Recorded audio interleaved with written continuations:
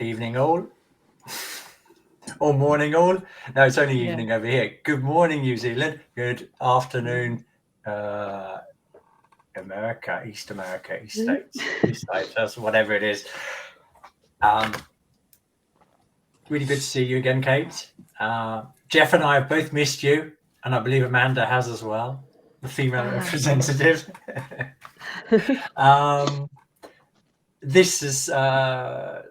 This was really a fantastic video. I got so much out of it. I thought there was a real deepening in the conversation going on in this video, and we've actually, Jeff and I talked about this. We're actually going to, because the end, this is actually true for all the videos, in my opinion. But the end of this one is like electric. It's like super interesting. So we're actually going to start at the end, and I'm just going to like mention a few words. This starting at the end in itself is an interesting way of looking at things rather than the developing in a linear line. If you know where you're going to, so like the rest of the journey makes sense. And it strongly reminded me, I read a book, must be nearly 30 years ago now, 40 years ago even, when I was a teenager. It was by a it was a lady called Ruth Rendell, and she wrote psychological thrillers. And this thriller it's obviously stayed in my mind because I can still remember basic parts of it. It's like 40 years later. And one of the most wonderful things about this particular, it was called A Judgment in Stone. And the very first line of her, this is a thriller. So normally it's sort of like the who done it. And it's like right at the end, you get to find out who it does. And then it's like end of book. And she starts the book with, what was it? I've got it here. Eunice Parchman killed the Coverdale family because she could not read or write. So she's like completely reversed the whodunit into the why has it happened. All the tension has been taken out of the story, and it gives you a completely different relationship to, you become interested, you know who the murderer is, and instead of sort of like spending all your emotional energy on reading to find that out, you're actually understanding the person in this story. And that was in the back of my mind when I was thinking about preparing for this video, because the territory they get into is so relevant to the meaning crisis that we've been talking about here, or that they've been talking about in their videos. But the strongness of the language, the strength of the language in this is particularly interesting. So what we'll do is we'll start and watch that little segment. So we'll start at the end, and then we'll go back to the beginning type of thing. Okay. So let's have a look. You can hopefully see it. I just need to. I can't see the numbers. Could you tell me the number? This is you can't see the numbers. This is 123. Yeah, that's right. Yeah, exactly. Yeah. The soul dimension to the spirit dimension. And they've allowed the possibility with that framework of what I would call uniquely human anti-value, which they would call evil. Yeah. Which aligns with the same domain, which is that it's not just about you, man. Like, you're actually tapped into broader universal properties of the universe. And so that sense of the transpersonal, that the opposite of the human is not the animal, the opposite of the human is the demonic. Yes. Yeah. And that's important to understand. Yes, totally. We don't regress to a state of being like monkeys. We regress to a state of being like demons, because we have the infinite in mind and can apply through idolatry the same energies we should be applying to the actual infinite and the real, to the pseudo image of it. And so that, as I think one of the solutions to the climate crisis is, in fact, dealing with it as more apocalyptic, like actually dealing with it as if you're dealing with hospice, instead of trying to talk someone who's dying into being optimistic that it's all going to work out. Yeah. And the only way to do that is to actually take religion seriously again. So the degree to which we're all uncomfortable individually dying, because we have no idea what that means, is the degree to which that the cultures will become incredibly dysfunctional as the global situation becomes more intense. Yes. With the climate crisis. And so this is where I'd rather be, in a fundamentalist country with a bunch of people who believe in God, than in a country when the shit hits the fan, than in a country has no idea what the meaning of human existence was ever about, or if their own life means anything, or if the entire civilization was for nothing, that we're all just matter in motion, etc. Like the epistemic and ethical nihilism sinks in. And so I think we actually need to not have the climate conversation be about how to fix it, but how to die well together, because that will give us the actual relationships necessary to fix it. If we keep relating to one another as if some of us are getting out and some of us aren't, which is how it's going now, right? Maybe the vaccinated get out and the unvaccinated don't, or something like that, right? But we're creating scapegoats of people who will not escape, and some people who will. And so that's the opposite of the way we need to think. There's no escape hatch. Every escape hatch goes in deeper. That's what the ensouled realize, that the transcendent don't. There's no escape hatch. Who would like to start? Thoughts around that? I would just want to frame it a little bit, because this is Zak's second run at Gregg's rather inadequate description of what the transcendent is about, because Gregg takes this notion and tries to come up with some sort of global statement about virtue and dignity, something like that. And in that statement, he says that we don't really know can't really define dignity, but right. And so, well, I'll save that bit for later. But this is a second response, in a certain sense, with as relates to that it's not global agreements that are going to create the relationships that will involve a better understanding of where we are as human beings in relationship to multiple realities.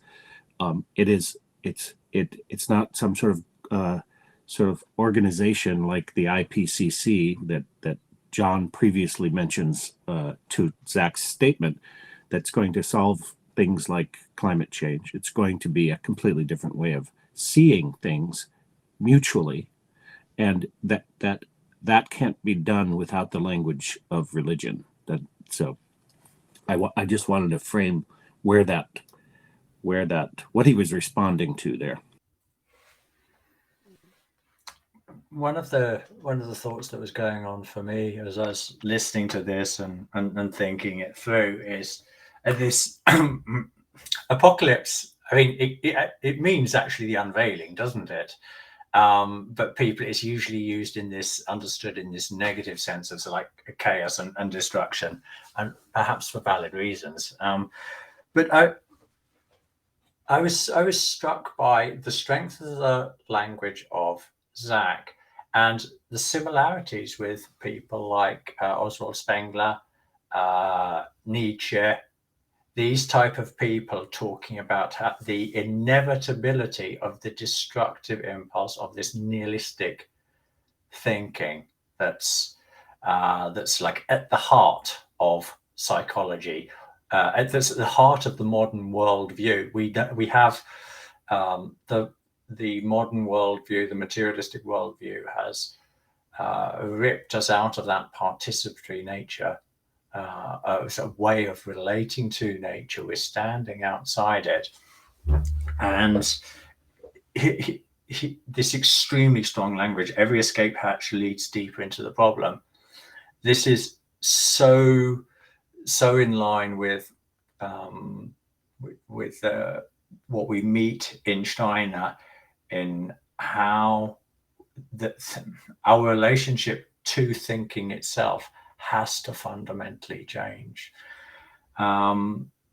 So we've got like the ghost of Nietzsche over this conversation. Nietzsche said it would happen in 200 years, and well, basically it's happening 100 years later if we're to believe these people. And I think our own experiences of especially the last few years would strongly agree with that.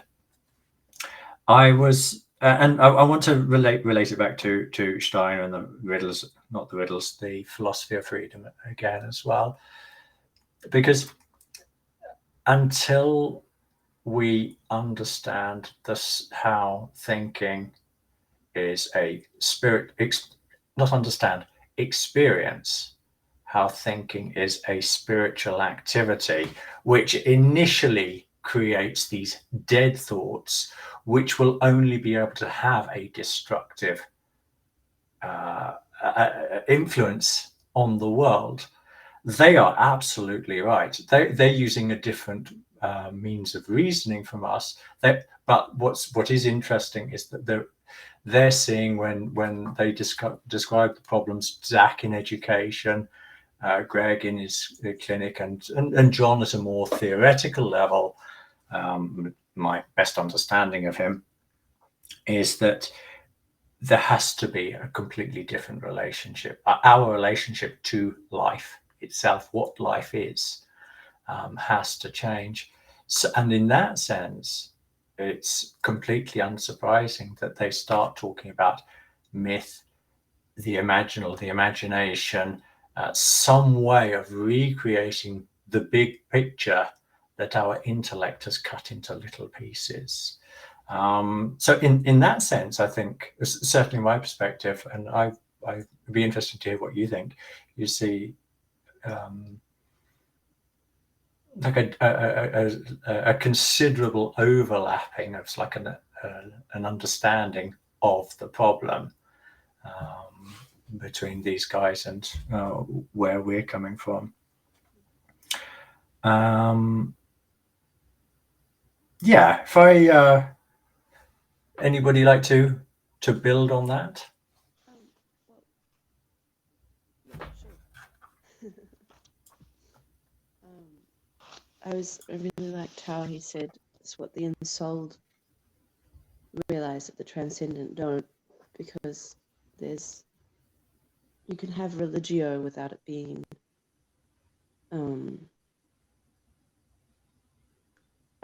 without high stakes. And I find I feel like a lot of people feel like we're in an apocalyptic situation. But it kind of, to me, it because it comes from it's like the secular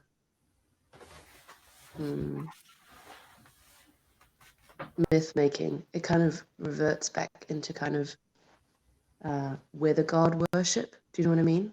Like,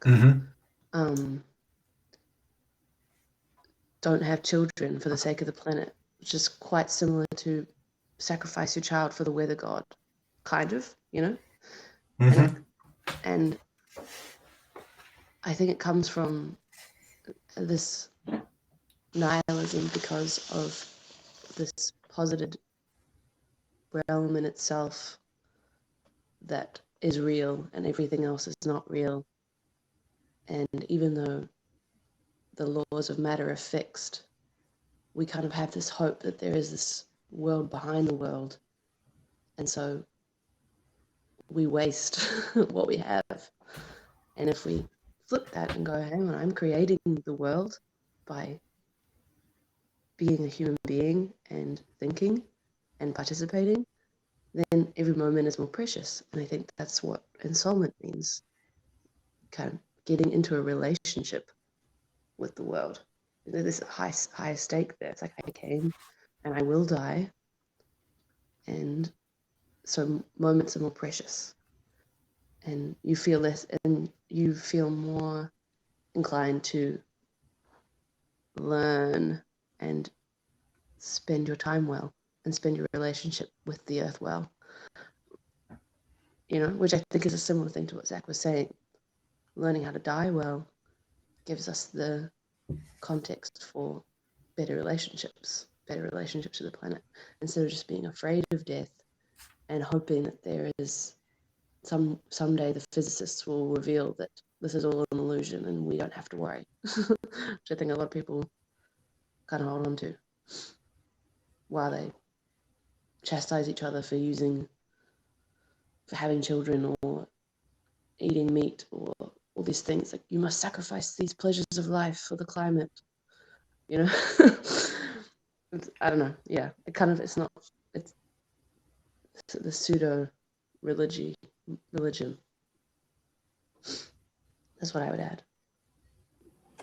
Yeah, it's like the religious impulse is not going to be denied. It's just going to be channeled into downward assimilated, easier to digest problems, so-called problems, or understandings, say. Then there's over certainty in every quarter, whether it's a ideology in science or an ideology in politics or an ideology in one small part of the planetary ecology called climate change, as if everything could be solved or thought of in terms of that as a problem. And I think of this other idea of transcendence, which isn't just the weather god or the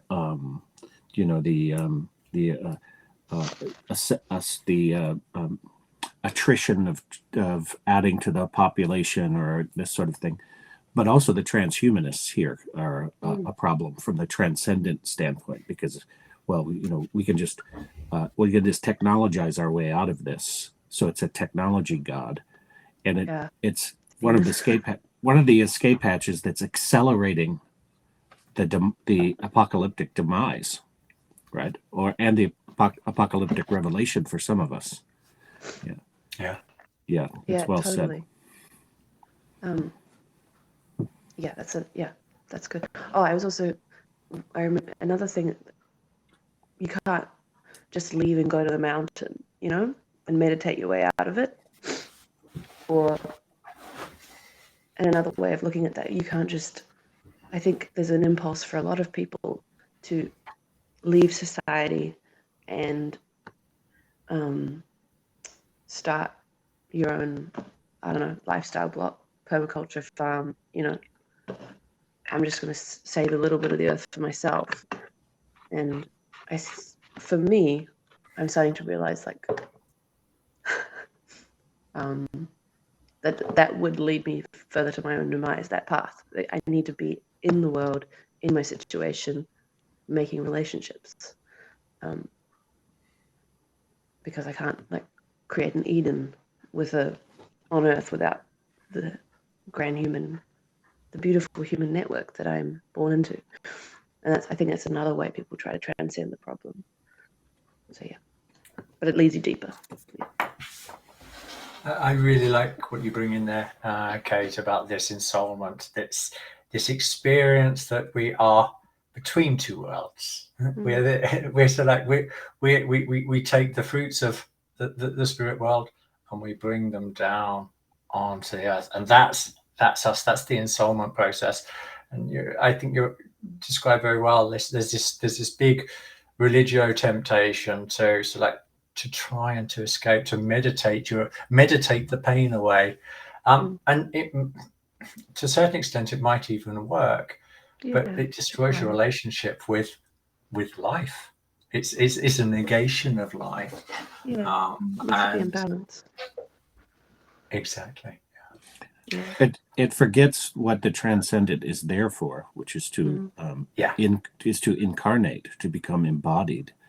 And there's just no doing it without ensoulment, right? There's just not what's the vehicle, right? There's no vehicle. It's just a proverbial or literal taking up a colony on Mars. It's like that's another transcendent idea that we're going to go fuck up Mars now, right? With the same goddamn mentality. That's a really good idea.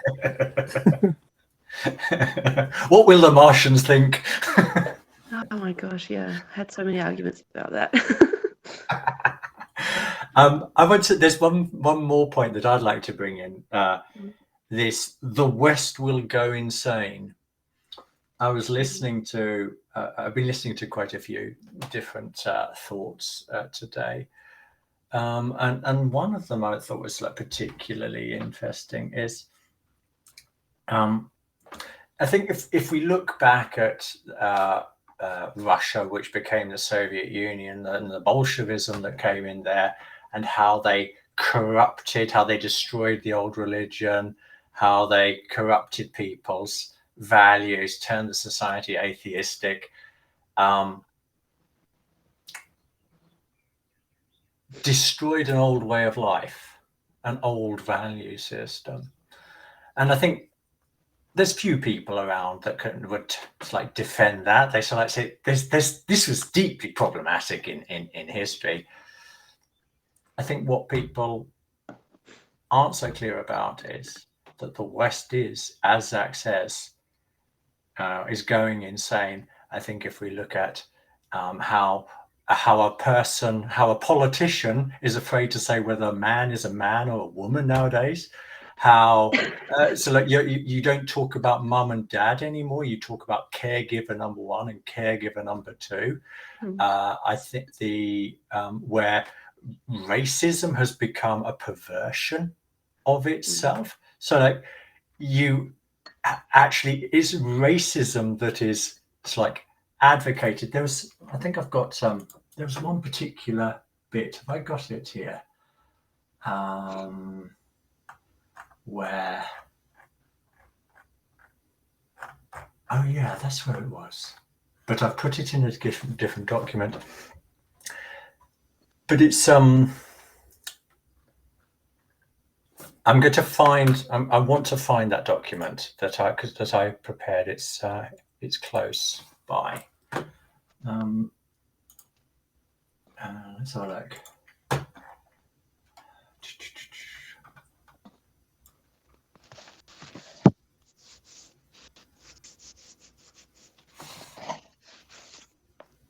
It's where Martin Luther King, he says, I have a dream for my 4 little children.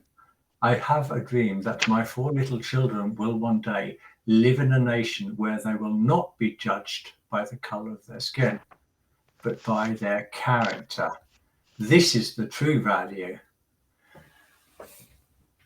How far we've come away from those words. So many people are seeing through the lens of sex, racism, or whatever means that they can bring to divide people rather than to create it. And this erosion of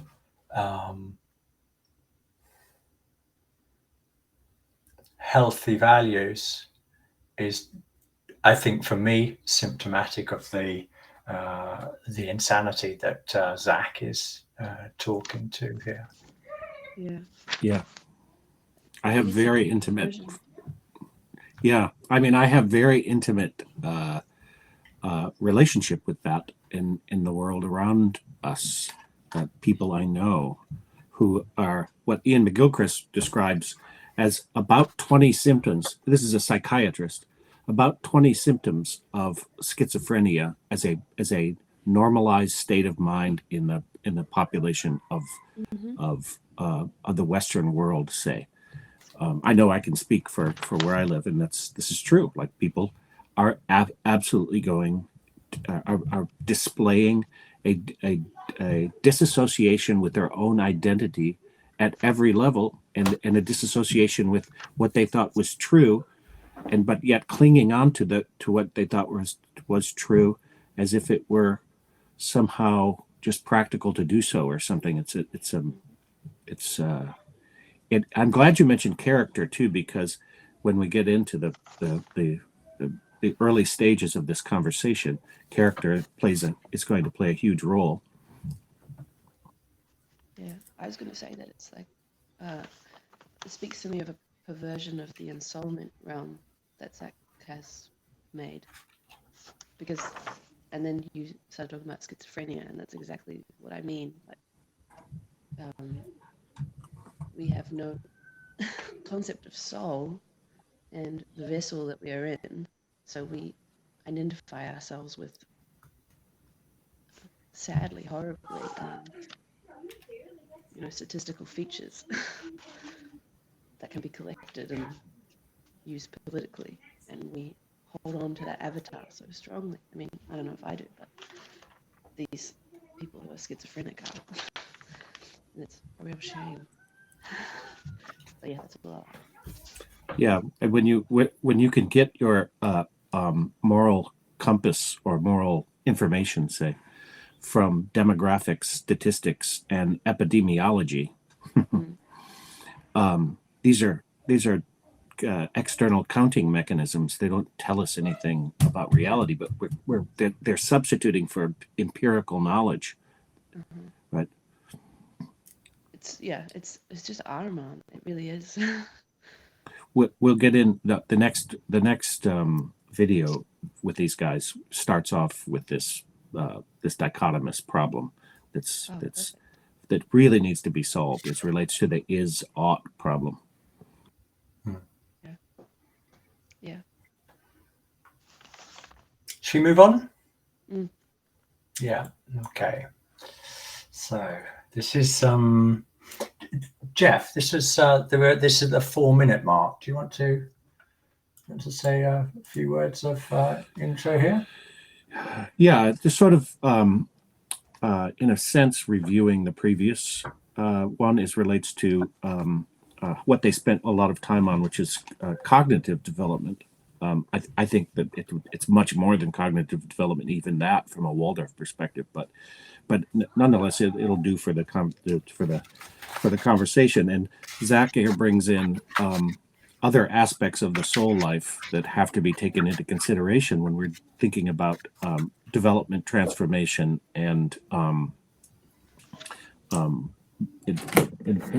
in all three levels, and in the way the three levels communicate with each other.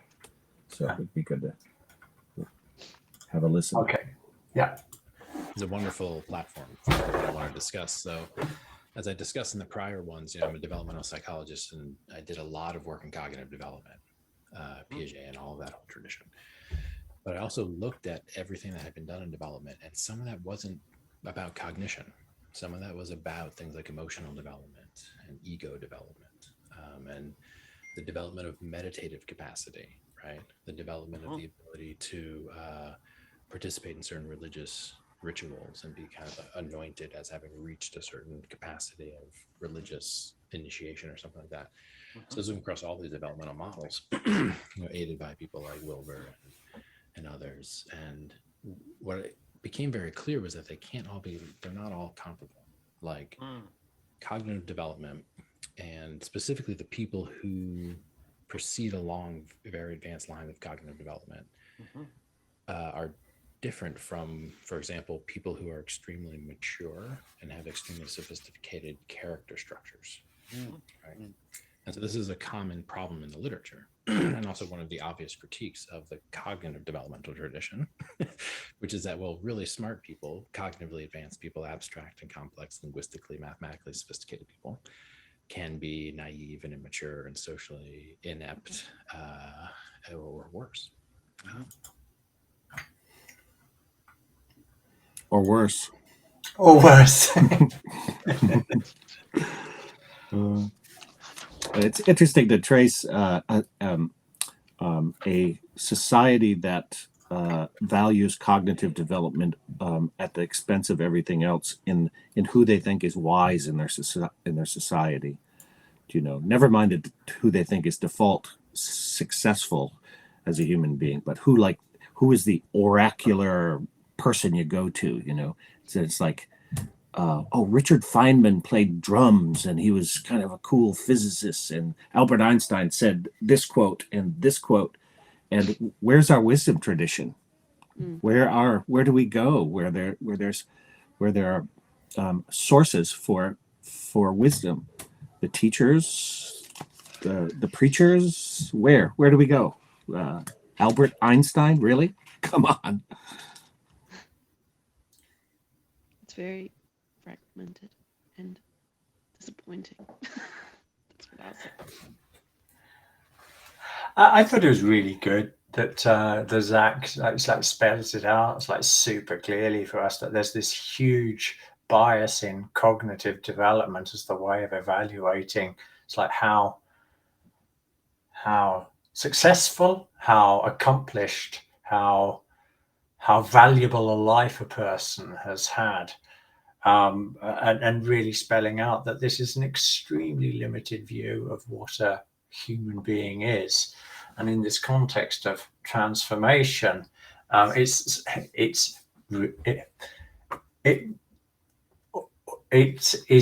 a minor part of the pie, because if, as he was pointing to, you might be this super accomplished, intelligent person, so like off the scales on the IQ charts, and so like got a PhD in this and whatever.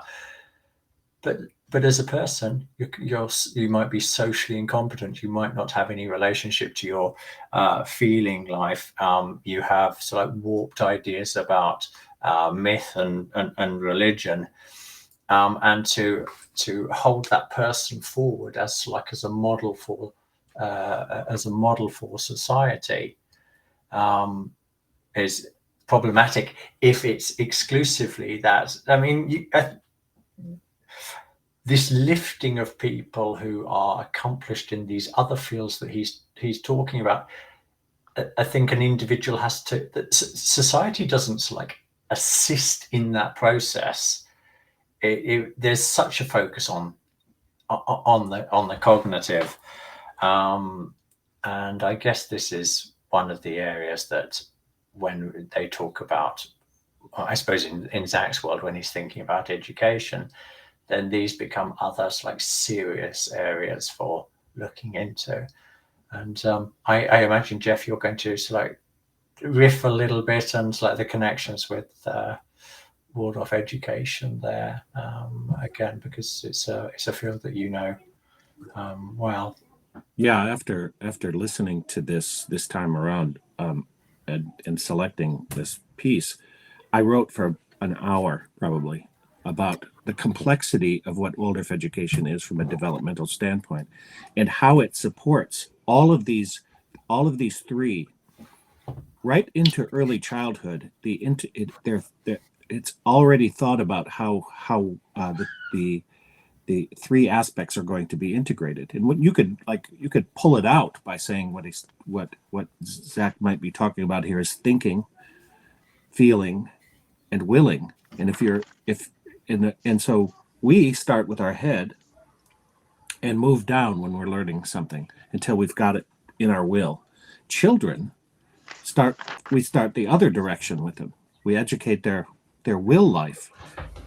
We build in resilience and habit and rhythm, and feed the nutrition is manyfold, but mother's milk. We're not hijacking the immune system.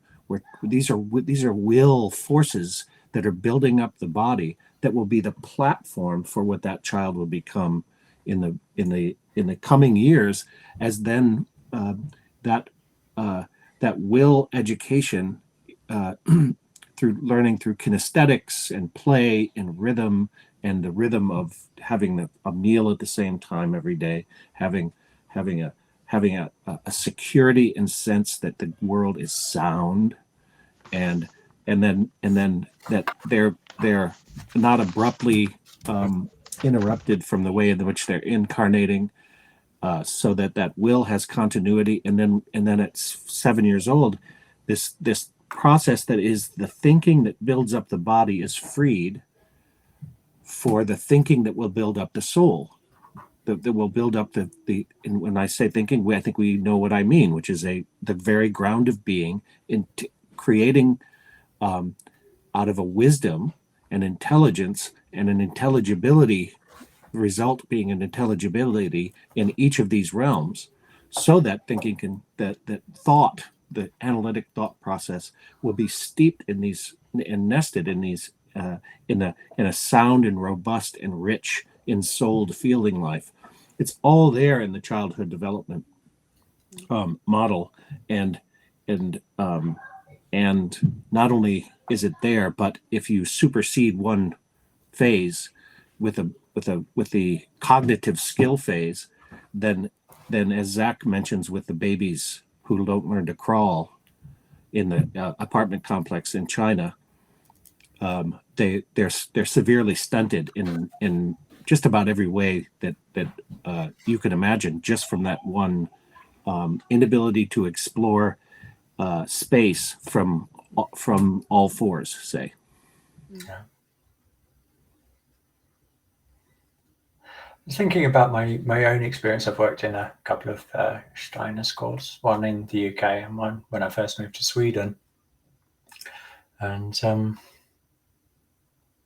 I think one of the defining features for me is this encouragement to love nature. It's so to develop a relationship with it. It's like the use of the garden, the study of plants growing, not to like reading a book about how plants grow, but to like being part of that process, which is so essential to developing a healthy feeling life. And if the intellect is pulled in, so like starts pulling it apart and saying it's like these molecules are bouncing around here and it's this so like specifics, like a dead law of nature that's like working here, the young child is being pulled apart with those thinking. It can handle that thinking later on, but if it comes too early, it works as an atrophying force in the soul, which, as you say, Jeff, it becomes, and this isn't just unique to human beings. All of these stages of transformation that we go through, bodily, soul, and spirit, if we don't successfully navigate them, then that becomes like a burden for us, because it means like the next phase, it's like part of the supporting wall, if you like, that we needed to create to build our own like cathedral is missing or is weakened, and then we have to take like extra remedial action to compensate for what we didn't receive at the right time in our transformation. And many people might not become aware of that until so like multiple phases so like haven't been like followed through and developed in the appropriate way, and then you get meaning crises. Then you get these deep dissatisfaction, people this dissatisfaction with life, this anxiety, the depression. What's the point of living? And these are, I think, from an anthroposophical perspective, these are unfortunately the expected fruits of pretending the soul doesn't exist and pretending the spirit doesn't exist, and that the human being is the interface between the divine worlds and the dead world.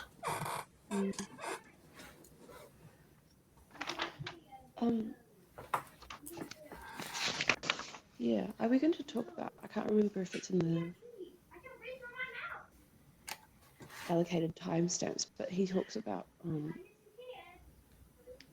the problem of having a bias in each of these realms, and transcendent bias, ensoulment bias, cognitive bias, and it's really awesome because it's a pattern, I think, that you see in anthroposophy. Like, there are three realms that need to be working together to build up the human world, and I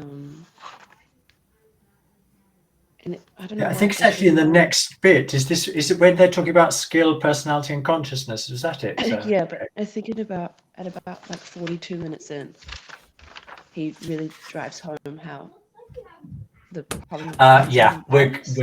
Yeah.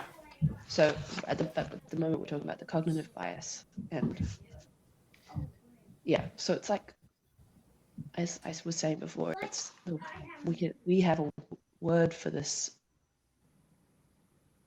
kind of occurrence, and our word for that in anthroposophy is Ahriman, which is just, and I think that's a fair word to use, since other people are using the word Moloch to explain what's happening with AI. So when we can use that being, which is basically just a formative force in the world, to identify why it's a problem to go too one-sided in that direction, because we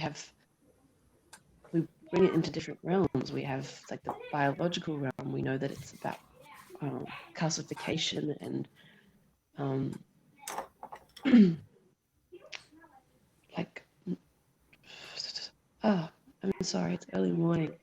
Like that rheumatic process of like spininess and hardness and the Ossification. nerves and pain and all of these things, like I'm doing a course in like a little, every month or so I do a course in anthroposophical nursing, and the nurse was talking about how at the moment we have an excess of cold illness, which is, these rheumatic, painful myalgias, that people are suffering under, and they're also suffering under social isolation and replacing people with screens. It's very cold, and we all know we have the frame to be like, we call that Ahriman, and it doesn't. I don't think it needs to be called that, but it's such a useful term because it holds so many different things, and then we just know going too far in that one direction is a danger. But we also know that we are going there, and that's necessary, and it's part of because Zak talks about like coming into a planetary awareness, and this bias in the cognitive sphere is part of coming into a planetary awareness. We're setting up the conditions, we're setting up a crisis that means that it's the apocalypse, the revealing of a planetary awareness, which isn't like transhumanist globalism. It could be, but it doesn't have to be if we balance it with the other realms. But yeah, I suppose for me, I look at what's happened in the cognitive bias, and I think it's sad, and it makes me, and I can see that it's causing a lot of problems, and it's definitely at a crisis breach point at the moment. But I also know that it was necessary. I don't feel like it was meaningless, that we just did this grand experiment for no reason and it's wasted so much human potential. I know that we had to go this way to develop thinking to this like detailed capacity, to, because you talk about, Angus, I think 2 videos ago, about the mirror and how people have, if the brain is the seat of thinking, then we're basically saying that the mirror is generating the image. And what we're doing is looking at the mirror and learning about the mirror and becoming being so detailed in this mirror world. And that's important, I think, because as long as we keep it in the right perspective, we can bring what we learn and balance it with the other 2. Do you know what I mean? So I'm not afraid. Yeah, we're in a crisis, but I don't think it was meaningless. And anthroposophy helps me situate that without it being meaningless. Have a bigger narrative about planetization. Yeah. And I really like what you're saying, though. We don't have to use the word Ahriman. I thought coldness, I thought that was a wonderful way of describing it, because it comes so close to this. We've got to, like Zak was saying, we've got to learn to die. Most people don't have I should be careful. There are some people that have have their own myth, have their own world conception in which life is so full of meaning despite death. And then there's another group of people for whom that is not the case, that death can have no meaning. And this coldness of death is something that we know from like anthroposophy, that and we're empowered by it to find that healthy relationship, which is part of the reason. Yes, you can say this is a tragedy, but I don't feel broken by it as a human being. No, because it's in a bigger story. Exactly. Yeah, exactly. I think the picture that was coming to me while you were talking, Kate, is the disintegration of the three soul properties is in a way necessary in order to reintegrate as a free deed in relationship to what it is to be a human being in nature and in relationship to nature. And so this is a very careful process, but and it feels like the eye of a needle, but it's also this liminal opportunity widening in its scope as relates to what seems to be more and more obvious, right? That we're setting up self-contradictory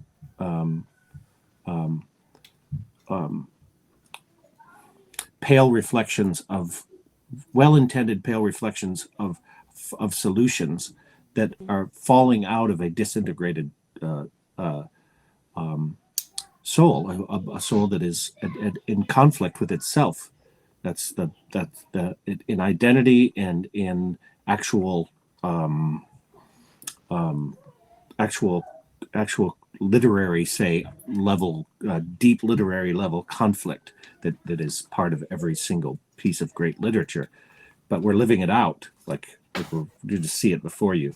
People stating one thing and then acting out the thing that is going to assure that won't happen. That idea, that good idea, is not going to happen.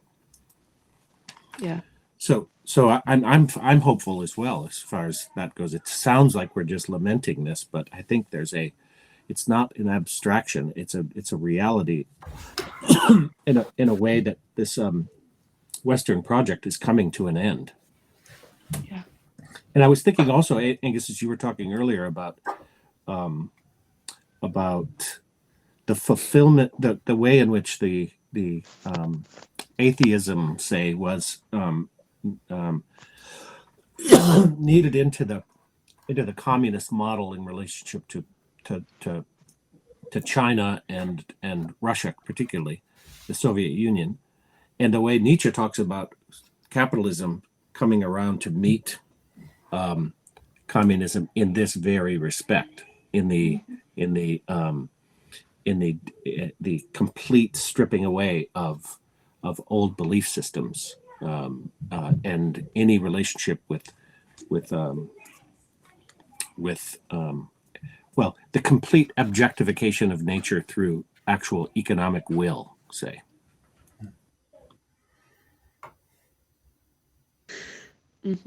I have so many thoughts, but I feel like we're only 4 minutes in. Yeah, let's go to the next. Okay, we'll go to the next. This is the next bit we're going to play is Zak talking more about the ensoulment process, and so like these three regions of soul that you were talking to, both of you were talking to earlier. So I'll just play that.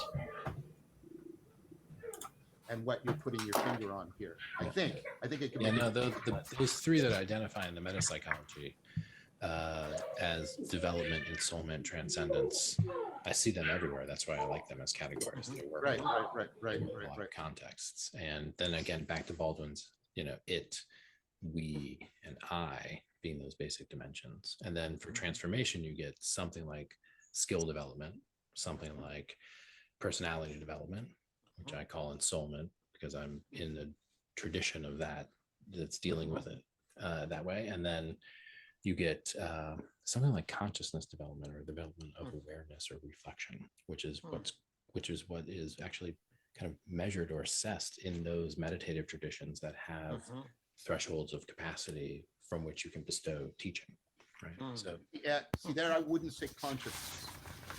precisely because of all the work, for example, Greg and I've done on untangling the world knot. I think this idea of meta-perspectival ability is right. So mindfulness is clearly meta-perspectival. It's the ability to take a perspective on your perspective forming abilities. It's classically meta-perspectival. And when we're talking about any kind of metacognition, we're invoking a meta-perspectival element. Again, this is just being a little bit maybe even nitpicky about terms, but that's what I mean when I think when I say why I think that dimension particularly lines up with what you're sort of that reflective self-understanding. If I'm understanding you correctly. No, I think you are. And like, I think about it with what are you operating on in those three domains? In the domain of skill, it's kind of language and certain kinds of capacity and facility with the world. In the domain of ensoulment, you're actually operating with image and imagination and relationship. And in this domain of transcendence, I place that you're actually operating on consciousness itself. So Yes.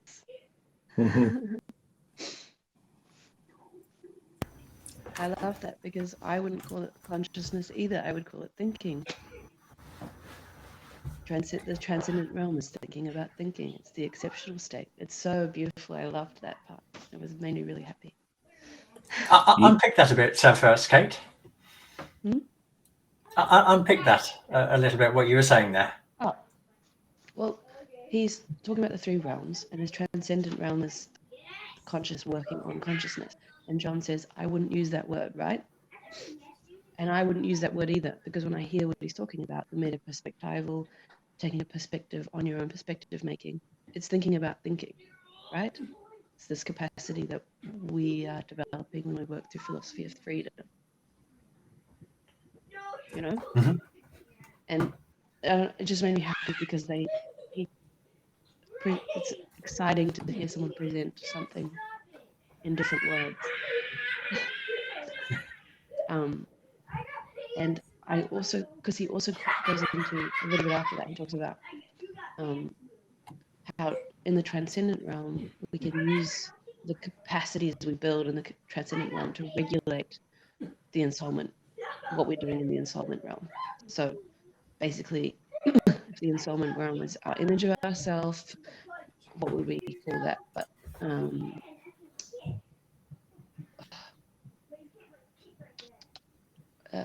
like our motives, what Steiner calls it, like will, motive, driving force, you know, our image of ourselves, our characterological disposition, what, you know, this sort of soul,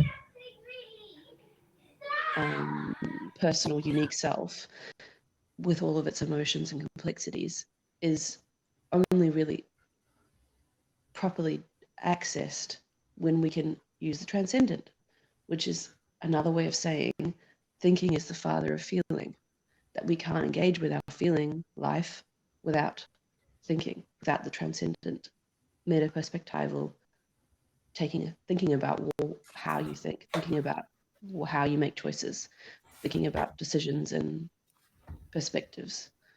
And so I just, that part was exciting to me because it's philosophy of freedom.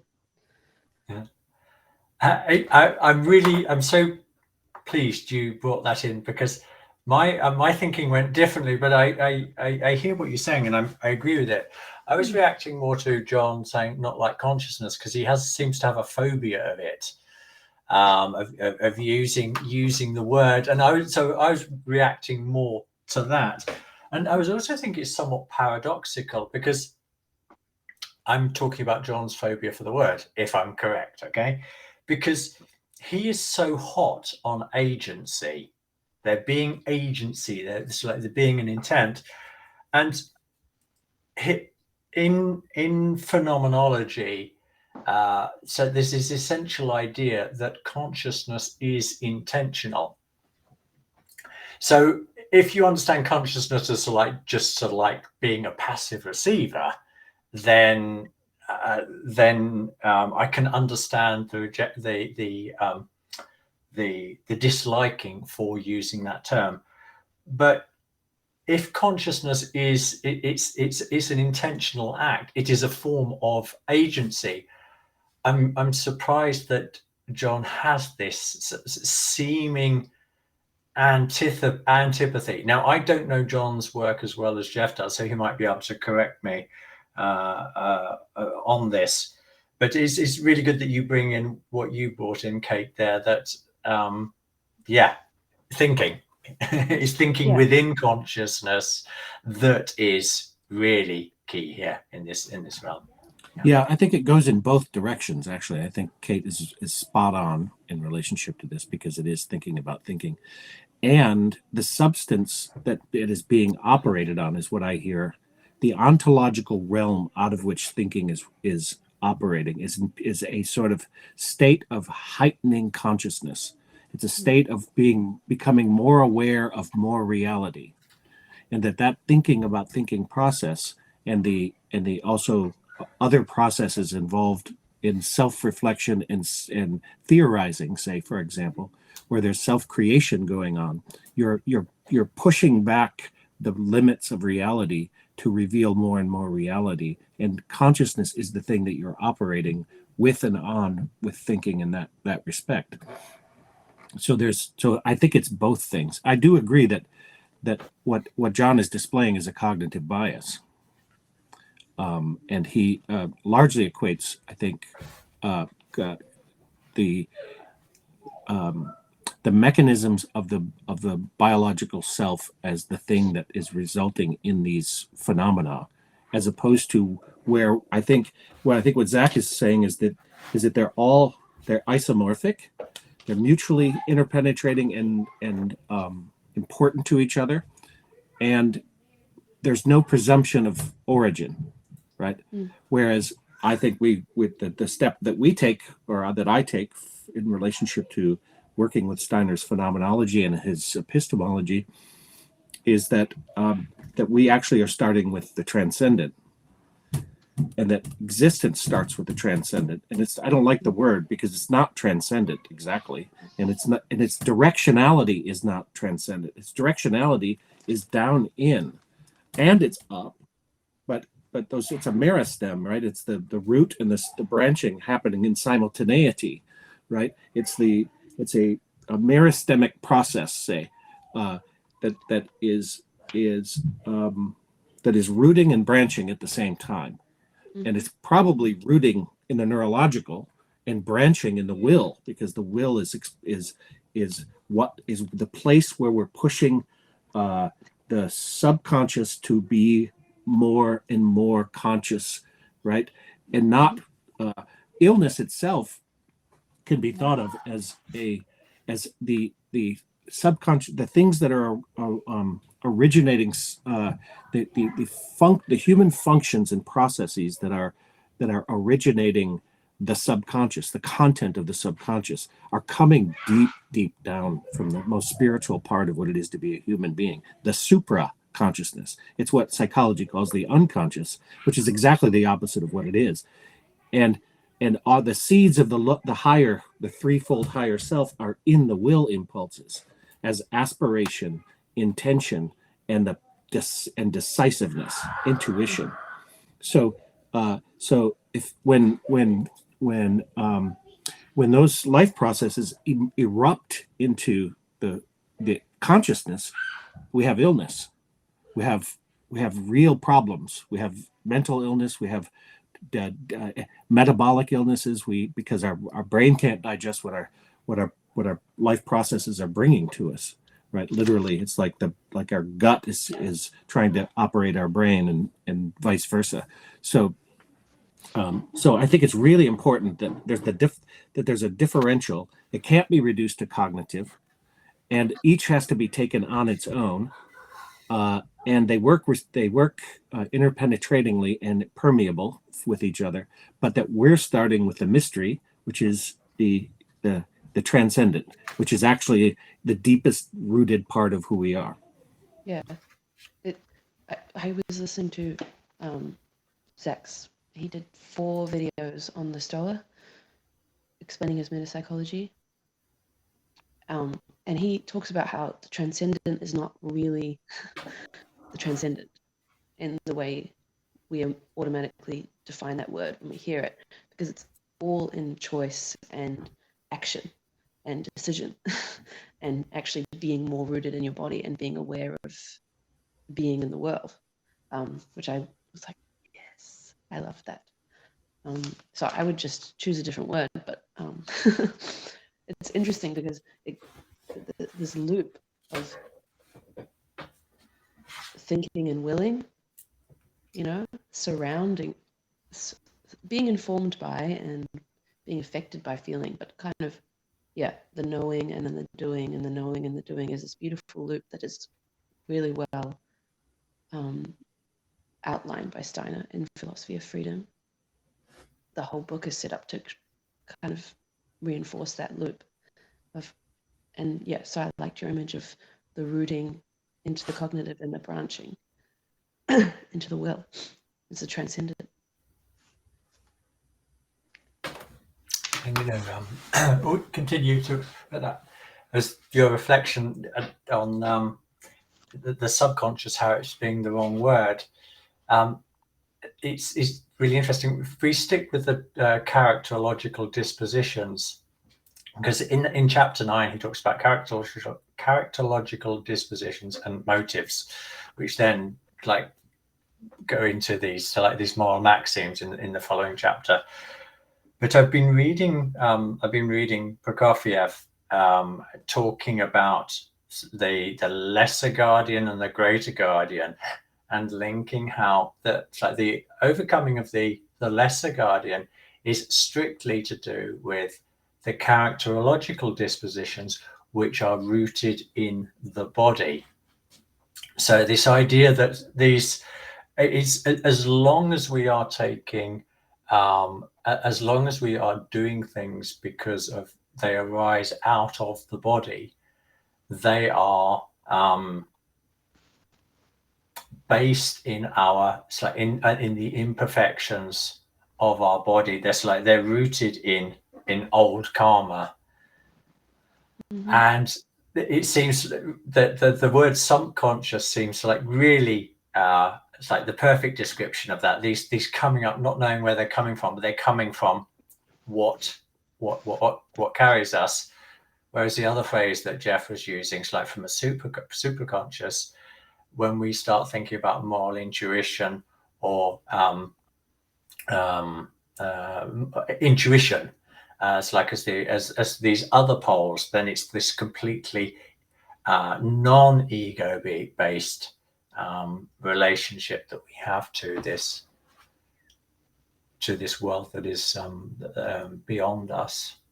I think it's really interesting to experience how. I think it was Jeff. It was when you were you're gathering your hands. It's coming out here. It becomes that visualizing of it. Helps it to sink in how our bodies they're affecting us our whole time.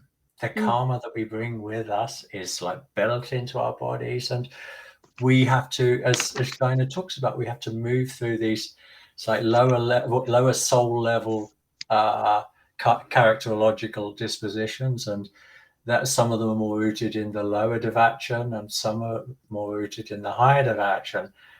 But ultimately, the more we live exclusively in thinking that is not based on perceptual content, that is when we are freeing ourselves from the limitations of the body and connecting to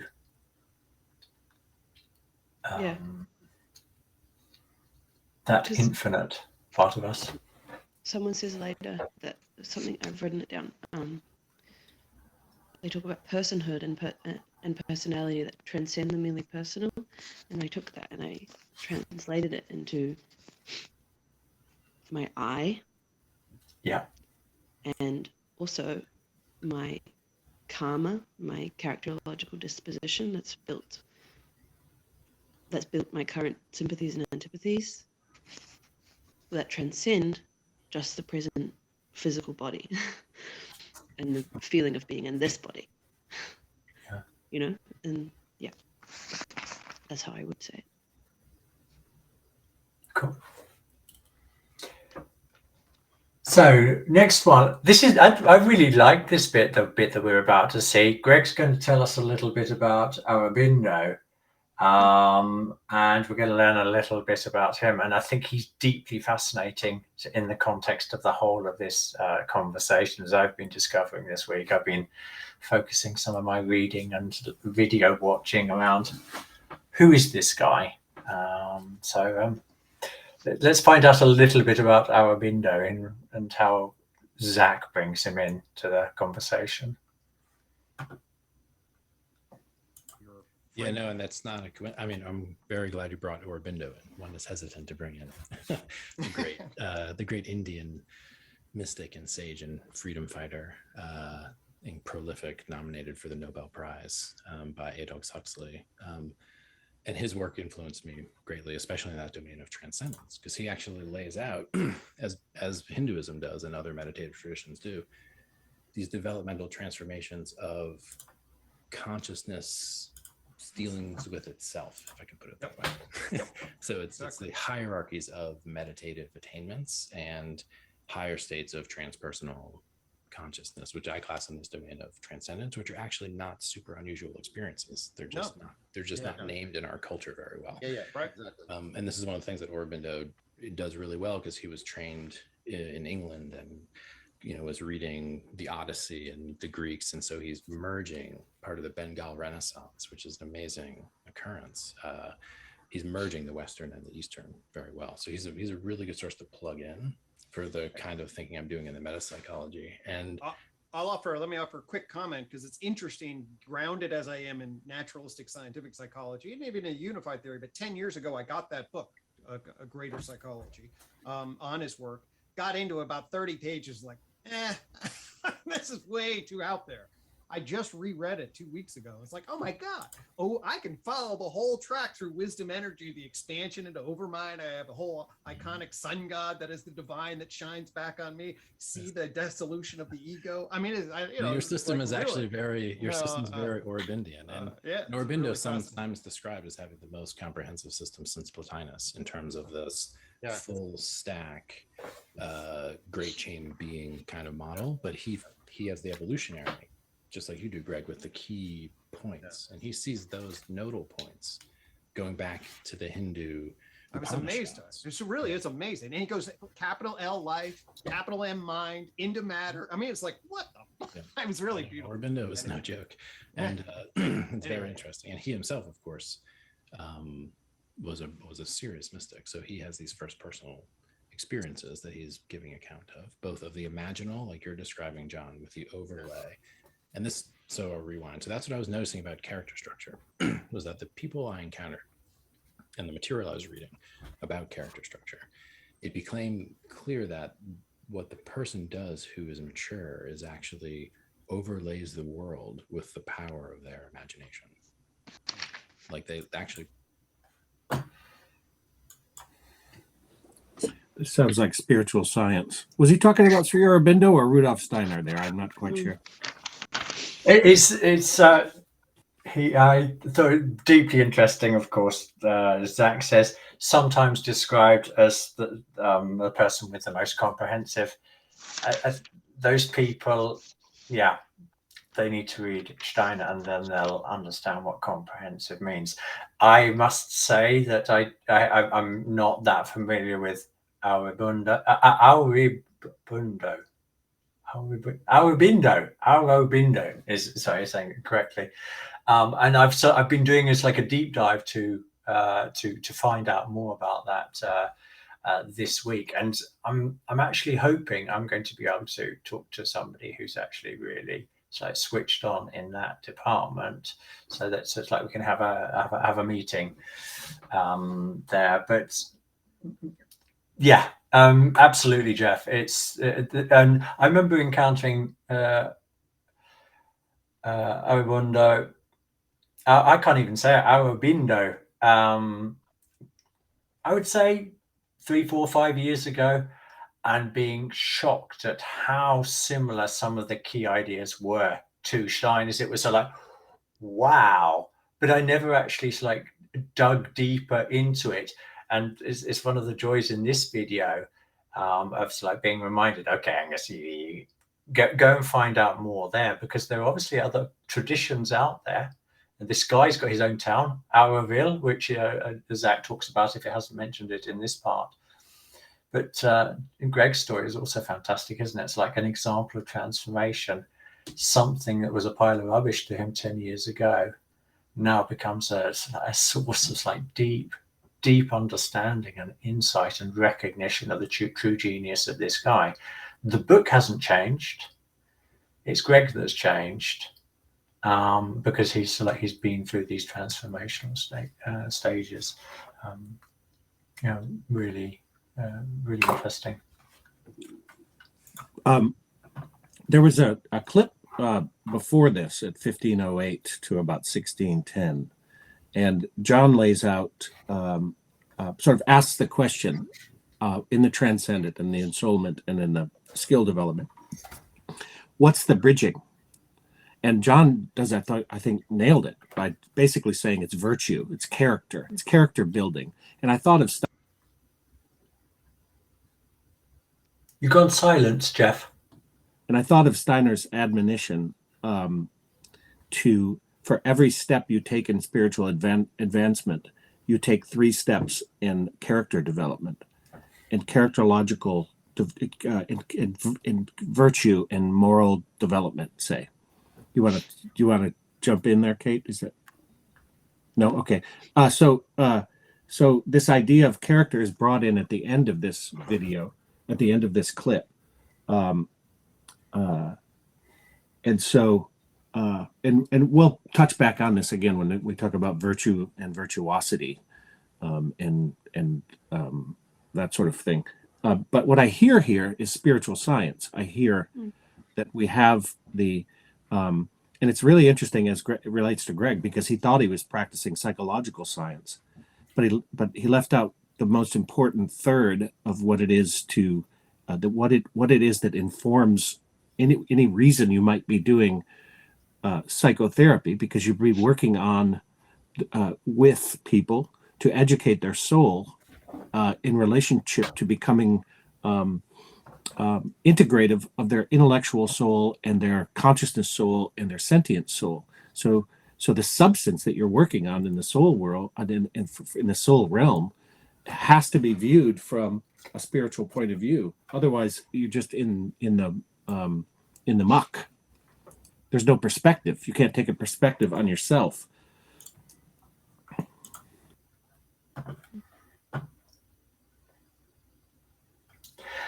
Another thing that related to Aurobindo is that he also, like Nietzsche, talks about this crisis that has to come as this supermind. He's got this very Goethean picture that nature has created. It's created the human being. It created the plant realm. It created the animal realm, and then the animal realm, and then the human being. It's like it could become aware of itself, and it will transcend that state as well. And I think that's what you're referring to, Jeff, isn't it? When it sounds like so much like spiritual science, this is quite amazing, the connection between them. Yeah, because he talks about not only the psychological aspects, but the evolutionary aspects, right? Yeah. He takes it back to the Upanishads, but of course Steiner takes it back to the Saturn incarnation of the Earth and the creation of the central nervous system, essentially, something like that, the oldest part of what it is to be a human being, before there were animals and plants and minerals, before there was minerality, really.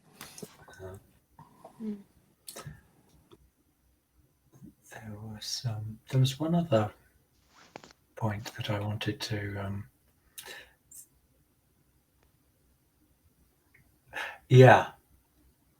and the other key point in here is this evolution of consciousness which is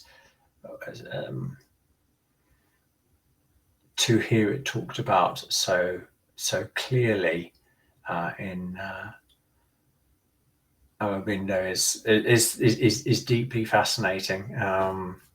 Coming from a completely different tradition, but as you say, it's like steeped in the Vedas and the Upanishads. This type of thing. Yeah. Perhaps I'll put in a video. One of the videos I was watching is like looking at Nietzsche and Aurobindo.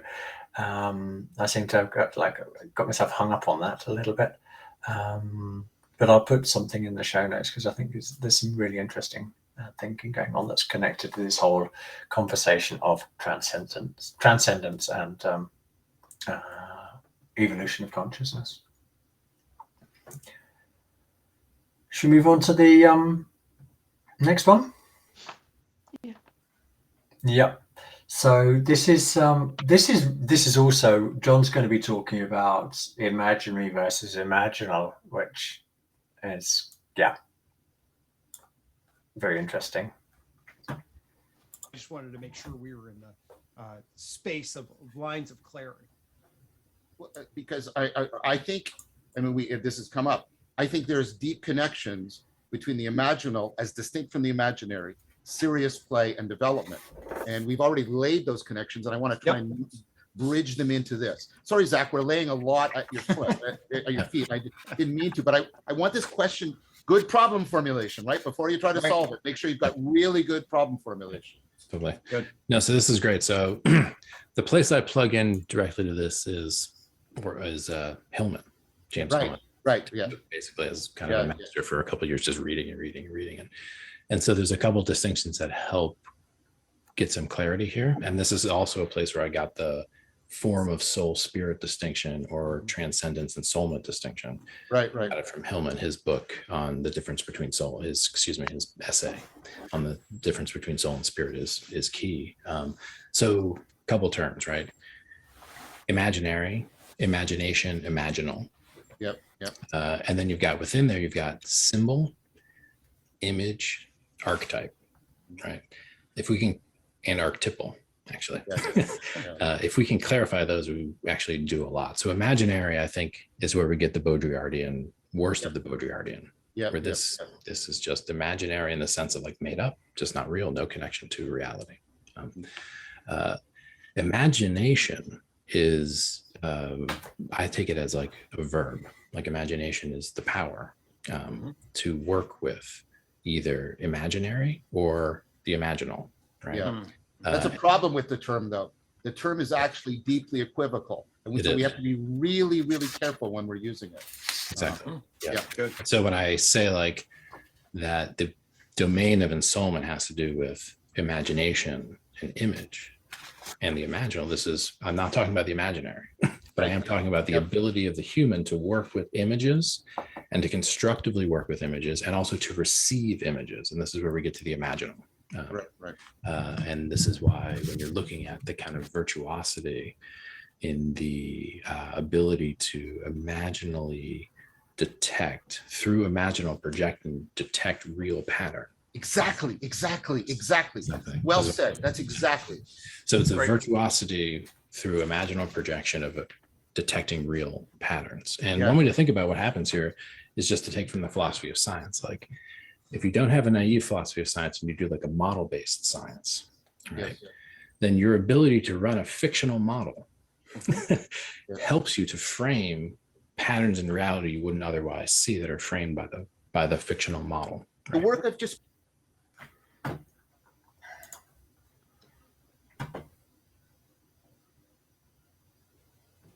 That's exciting, right there. That's exciting. That's well described. Well, the beginnings of spiritual science as the imagination recognizing real patterns in the world. That might be fictional at first or whatever, but also the danger of the imaginary being hijacked to inform the imagination, because what I take to be the imagination in this case is the received imagery, if you confuse the imaginary with the imaginal, then the patterns you see in simulation will be the ones you take for reality, and that's the operational wrong turn down the wrong way street, right?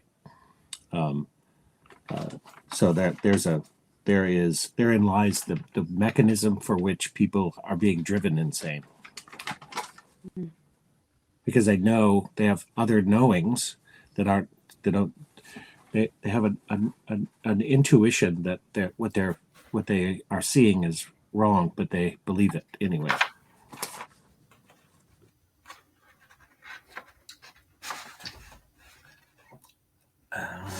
I think this is really interesting, this part, what they're talking about. This, you've got imagination in the center. It's like in the negative direction, imaginary, or possibly a negative, and then imaginal is somehow it's presented as that which is, let's say reality based. And John points out that's like it's an equivocal word, and anybody who's read like a little bit of Steiner with Knowledge of the Higher Worlds, etc., Steiner's talked about this, how often he was misunderstood with imagination, people making exactly the same mistake that John is describing people. And they talk about the need for the need for a new word, but perhaps it's people have to actually just educate their concepts and to use them more consistently. The other, I wanted to link this to. I can't actually find it in my notes, but it was. There's also in the imaginal realm, okay, that there is talk somewhere in here about it being reality based. Reality based, and this is one of the things that Steiner also talks about, that there comes a point in your soul life where it wakes up, that where you, despite this happening in your imagination, it has a completely different feel about it. It is reality. In its reality, in the sense that this, how can I say this without it sound like I'm contradicting myself? So when we're dreaming, we're not. It's like that seems to be reality to us, but we don't have consciousness of ourselves with it. But we live in that realm as if it's reality, because we're so like fully engaged in it. But in this imaginal realm that John is describing, is what happens is it's like full consciousness is there, that I am in the imaginal sphere, and then it becomes this portal, or for want of a better word, is a communication channel through which these new mythical religio pictures connection with these with the spiritual world becomes possible. So I thought there's this big focus on the imaginal, and this isn't the first time they mention imaginal overlay. John was talking about the imaginal last. I can't remember how much we talked about in the last video, but it's an area they seem to be particularly interested in as the value of it as a means of communicating reality, which is completely in line with it's the next development of consciousness in Steiner's spiritual science.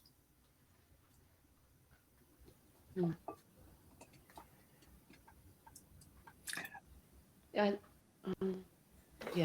don't think we need a new word, because I don't think Zach needs a new word, because image is so important.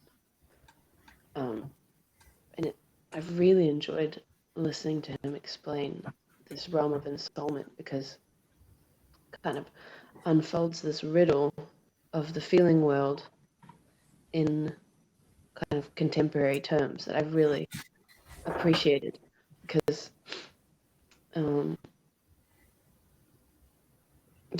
because he goes into this idea of the unique self, and who you are right now in time, and how that is communicated and affected so well by images. And yeah, when you were talking, Angus, I was thinking about how I would like to be able to better define the difference between imaginal and imaginary in the context of lying, like outright lies, which we are surrounded by all the time, and they are often in the form of images. And so no wonder we are hesitant, and we start critiquing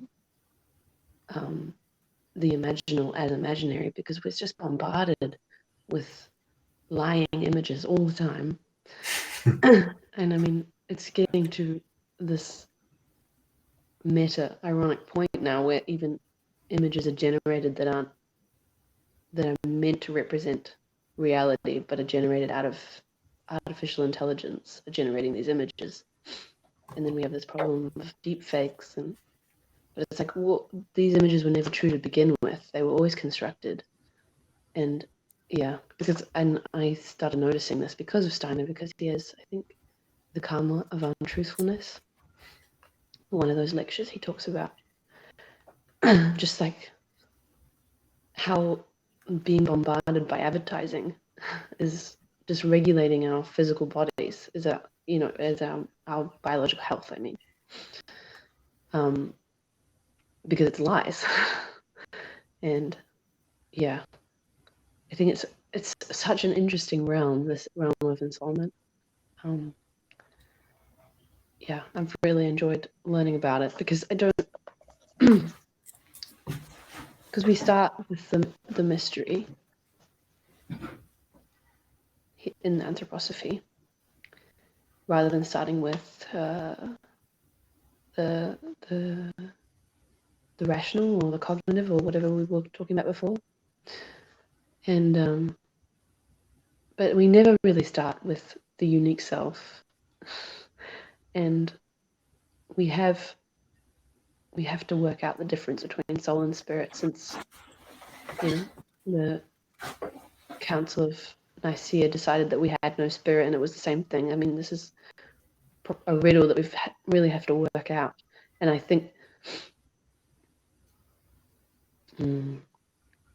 I think it's painful for me, and it's painful for a lot of people. And like, it reminds me of like in the anthroposophy Facebook groups, this is one particular guy who's always talking about how anthroposophy is too holier than thou and too conceptual and too transcendent, and it doesn't have room for the messiness of the human being.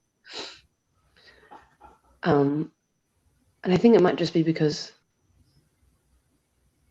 of, like, when you read lectures, you're using, like, when Steiner's delivering a lecture, it's not a personal conversation. He's trying to communicate something broad and transcendent. And then we can't necessarily use that.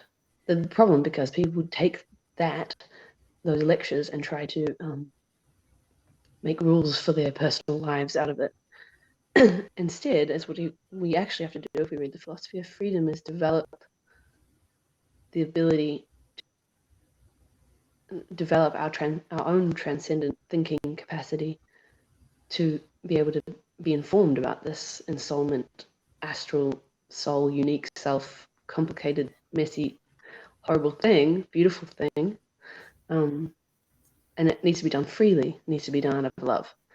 And so there is that problem in anthroposophy where you try and use a lecture to organize your life and answer questions about personal things, and it's just never going to work. And I suppose religion in the same way. I mean, we talk about how therapists kind of became priests, and the therapy room was like a confession booth. And that, yes, it's kind of true, but it's also not, because it's more personal. It's like you could see that it was exploding out of the transcendent bias. Our own souls were in pain because we don't have the images or the words to explain that realm.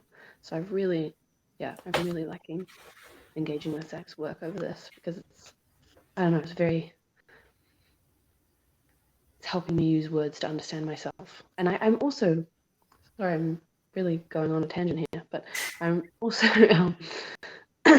like, I'm doubtful, because he says that this is a place of what did he say? I wrote it down. This ensoulment realm there can be a rich forms of therapy come out of that, and I'm not convinced there are. I kind of am allergic to the idea that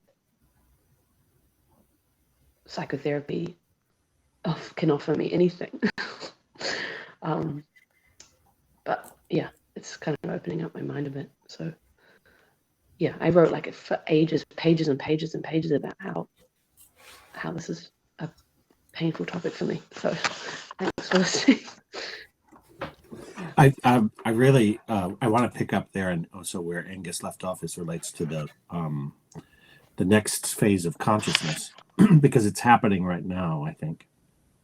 And the imaginal is a good way to talk about it, because as I see it, the imaginal is the realm out of which the soul spiritual faculty of imagination arises.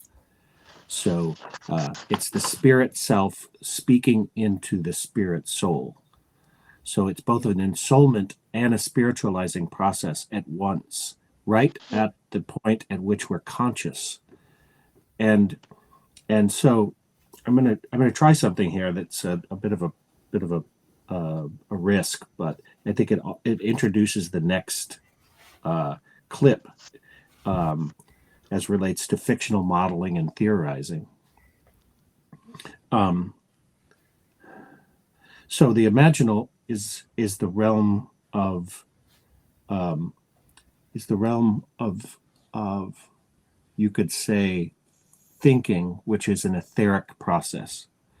And if thinking is an etheric process, it is the very life processes that are intermediary between our upper soul region and our physiological processes. So these are the 7 life processes. And so what the imaginal allows for is scientific research into patterns at the level of life out of a soul body. Okay, so that's one thought. Then if the imaginal is that, and it's recognizing patterns, it's also entering into it's a process of incarnating into that soul body in order to see those patterns. And those patterns are then an ensoulment of the life processes, which are basically just at this point they're the super consciousness working on the process. And so that those 7 life processes are warmth, which could be translated to interest in a soul level. It's nutrition, which is what the soul is fed. It's also not just what the soul is fed, but it's how we break apart the world and come to understand it and digest it. And then there's the separating out the essential from the inessential through an excretive process, or a secretive process, secretive process, that is both absorption and excretion at the same time. So it's taking in the world and assimilating the world into who we are. So we're becoming the world that we are in relationship with. We are becoming the world that we're in relationship with. Then there are the forms above that, which our future, but they're also what we're doing all of the time, which is then we stabilize in relationship to that, we maintain, we grow, we transform, we are in constant metamorphosis as relates to that. And then what do? We reproduce. We reproduce ourselves as a process of the imaginal entering into the imagination. We are creating a new species of ourselves, a new self that is transformed through the very next process that they're talking about, which is the theorizing and modeling and fictionalizing, right? And that's what the imaginal is. It's a soul spiritual experience. It's not a pure spiritual experience. And it's only the first step. Yeah, it's really good. Thank you.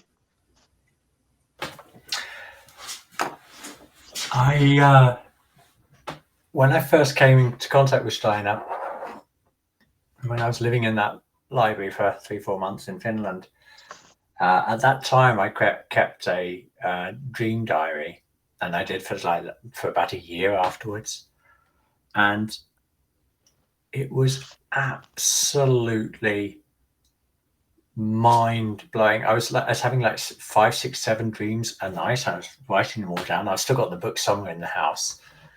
And one of the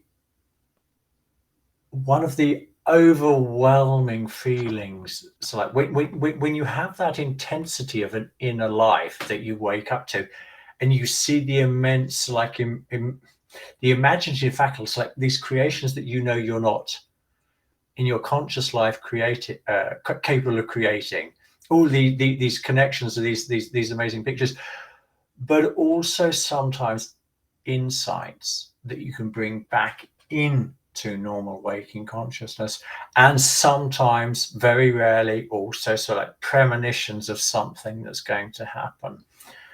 When you have those direct experiences of what the image, because this is all image, I really like your honing in on that, Kate, there. It's this image, this power that it has to transform us. It doesn't have to be a television. I mean, this, as if we can.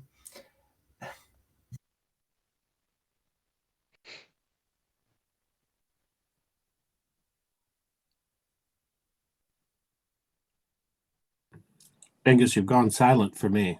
Yeah. Sorry, my this mic. Sometimes I touch it. Yeah, these imaginal imaginal forces was exactly though they. Yeah, are they imaginal or are they imaginary? But this overriding feeling of this richness coming from somewhere beyond, but at the same time inside me. And this is how I'm understanding John as imaginal and imaginational consciousness, imagination consciousness in Steiner. It becomes a source of a completely different perspective on life, all through the image. That made me realize I thought of a way of explaining the lies of the images we're bombarded with, and a good way of a really simple, like, imaginal option. So to me, imaginal is Father Christmas, Santa Claus. You know, some people say you're lying to your children. No, you're creating an image to make a festival exciting, and, you know, inviting children into the festival out of an image. You know, it can be commercialized, but I don't think it's a lying to your children. But people might feel confused between imaginary and imaginal, might say so. But to me, imaginary is, you know, bombarded with advertisements which tell you are not good enough, because that's a lie. That's a true lie that we're fed every day. And that's why it makes us sick, because it's a lie. And we have to, and we live in the dissonance of that constantly, of we are not good enough, and we are only consumers, and we are only products, and we are only images, you know? So I thought that just came to my mind as a good way of explaining the difference.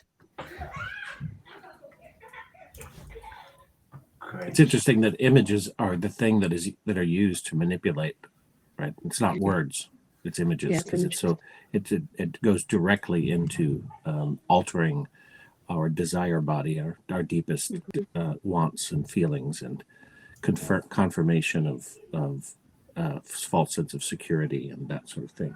That's, again, hello Aramon, how are you? Because we need images to have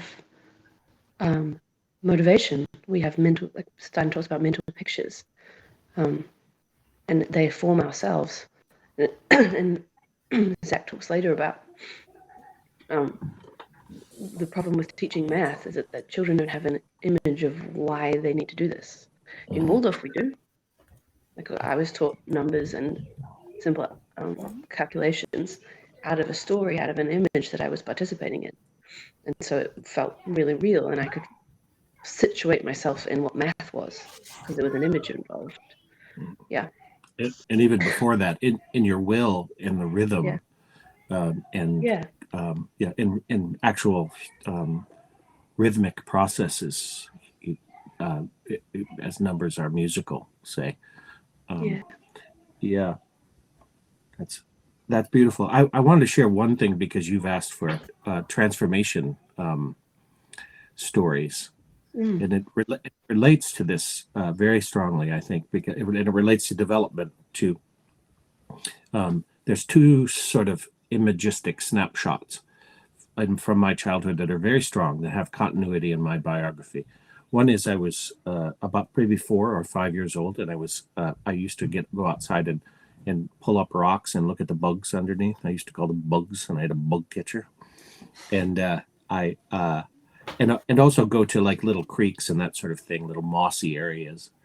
And I remember distinctly the image, patterned image of this being the whole world in a small space. I think they refer to that as an Edenic feeling. But it was conscious. It was like, oh, everything is one, that sort of thing. And then later on, patterns become more sophisticated as you get older. And so maybe I was 12 years old, and I'd hang around with my siblings, because I was sort of a loner in my own age group. I'd hang around with my siblings and their friends. And I remember just watching them relate to each other and thought, these patterns repeat themselves over the whole realm of existence. The relational patterns are patterns that make up the reality of existence. And those were moments that were like realizations. And maybe in the first one, I was waking up to out of the wholeness of life in a certain sense, but it's transformative in a sense that it was a developmental moment that happens. And it's transformative in the sense that it lives with me today in relationship to the deep continuity of existence. And those are that's pattern recognition. Yeah, that's wonderful. Okay, next one. So, keyword here. I think another really interesting topic of conversation. They're going to dig into what John calls trans egoism, and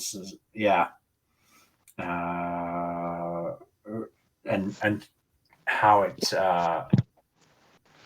it is related to Western psychotherapy. A very interesting couple of minutes. And I'm not trying to accuse anybody, but the language both of you were using for describing Ensoulment was very egocentric, right? Me, Zakness, right? And so I hear also, and is this the pre-trans fallacy? That's why I introduced it. I hear Jung, for example, classically saying, no, in the end, this Ensoulment move is not egocentric because the ego is coming into relationship and this is Atman, right? The ego is coming into relationship in its depths of something that is, properly, not egoic in nature, but to whom the ego has to understand itself in a grounding relationship. So there's a ground, or Washburn talks about the dynamic ground, right? And so do you see what I'm trying to get at? How, like, there seems to be both of these dimensions are, if you'll allow me this, are going trans-egoic in some more neutral sense. And yet, how do we preserve, like, what's the difference here? And how does the ensoulment get beyond egocentrism? Is that a fair question to ask? Yeah, no, that's a perfect question. In my model, all three domains go beyond the personal at their highest reaches, right? So especially when you get into the advanced sciences, there is a form of egolessness that's necessary to do the thinking in the domain of development, basically, in the domain of skill development. And similarly, the selflessness that arises as a result of transcendence is kind of well known as your classical kind of Eastern Enlightenment version of trans-egoic awareness and capacity. It's mostly handled in what I call the transcendent. What's interesting is that psychotherapy in the West put a cap on personality development. And so there's this problem with ego and personality, right? And the personal is another set of terms: ego, personality, personal. Zak, we talked also about, personality and personhood as a little bit different. Exactly. But that's even more useful. So there's a form of personhood that transcends the egoic. There's a form of personhood and a form, I think, of personality that transcends the merely personal. And so these would be the dimensions of ensoulment that lead you through your personal story into a deeper story that's about more than you, as opposed to negating your personal story as if it's an illusion and doesn't matter, which is where the transcendent bias occurs in a lot of the people who simply talk about the transpersonal as if the person is an illusion.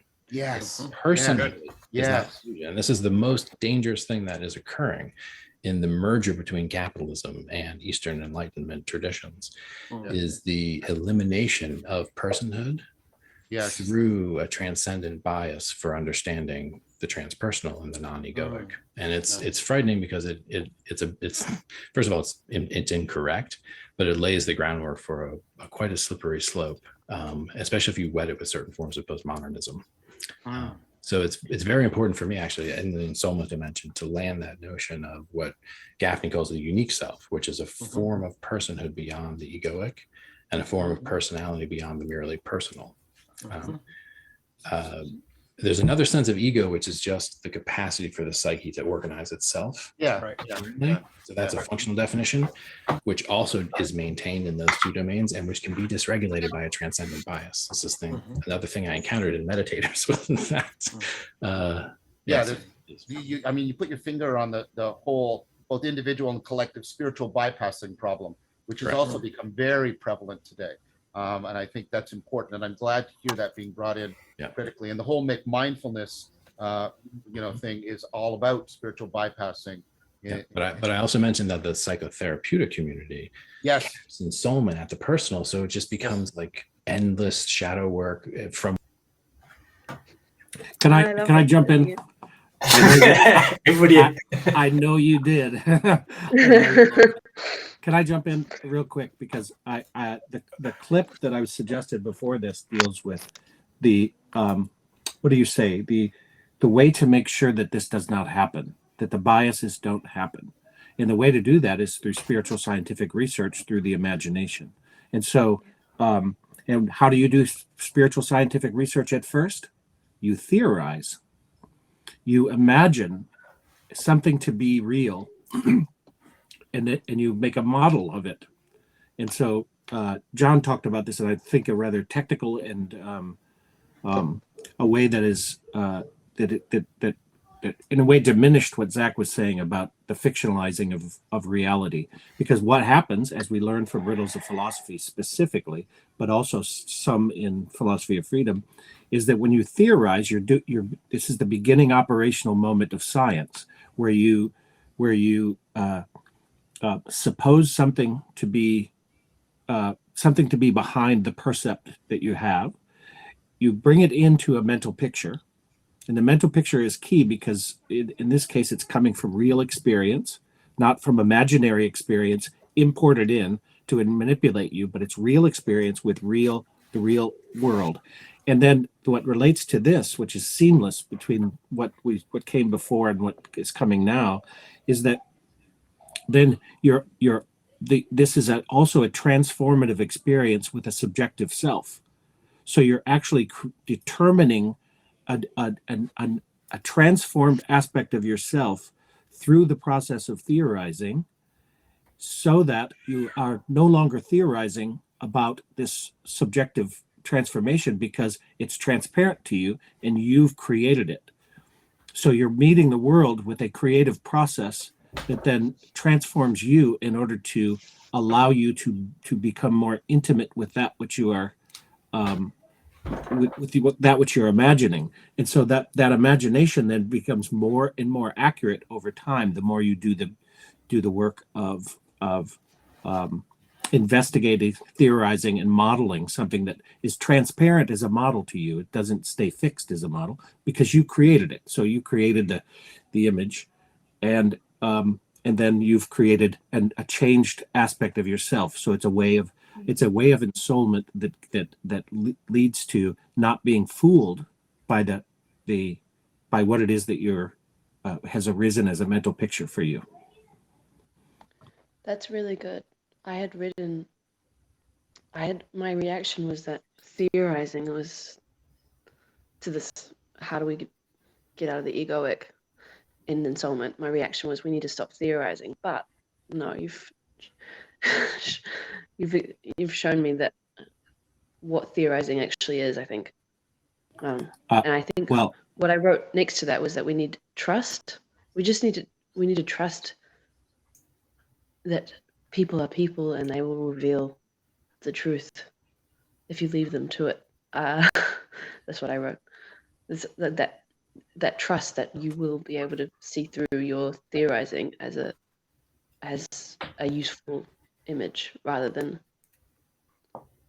be fooled by it. We need to trust that people have the ability are not always fools. Yeah. Yeah, well, and that we're the source of that process. We're the source of that epistemological process. And I too had a long held bias about theory, but I just woke up from it just the last couple of weeks. Cool. I'd like to reflect on. There's a part in Philosophy of Freedom fairly early on where Steiner compares a person with a poor sensory apparatus and perhaps a rich conceptual life. How that if you have poor sensory input, then it becomes more difficult to develop a clear conceptual life. But also it's like the opposite, that if somebody has a very poor conceptual life, it doesn't matter how good their perceptual apparatus is, they still don't see the things. And really this is ultimately boiling down to the real one of the key early insights in Philosophy of Freedom: we see with our thinking, and that's why theorizing is so important. It doesn't mean accepting their truth. It means playing with the idea that they might be true, neither rejecting nor accepting, just like we're told multiple times. Okay, so have a critical approach to it. See whether this conceptual framework that you're playing with, this theoretical framework, actually helps you make better sense of the situation or not. If it does, keep it. If it doesn't, then reject it. So I think this is, and then, yeah, go on. Sorry, it's the 12 worldviews, 12 theories. There's not one. Yeah. There's a clock that you can walk around a situation and take different perspectives on, and that's Yeah. Can I That's add to that real quick? Mm. So when I was talking about the ensoulment of the 7 life processes, what happens then is that it enlivens the 12 senses. Yeah. So our senses are relatively static normally, but this operation that we're doing through theorizing and modeling and transforming ourself, the transforming of the self is the enlivening of the senses so that the world starts to pop, it becomes alive, itself more alive for us. And who hasn't had that experience, particularly when you're in love? Do you know what I mean? When you're in love and you have this, these intimate moments with somebody, and you're like, you've like touched upon something, and then you go out into the world and you look at architecture differently. You see, it's like an acid trip. Yeah. So true.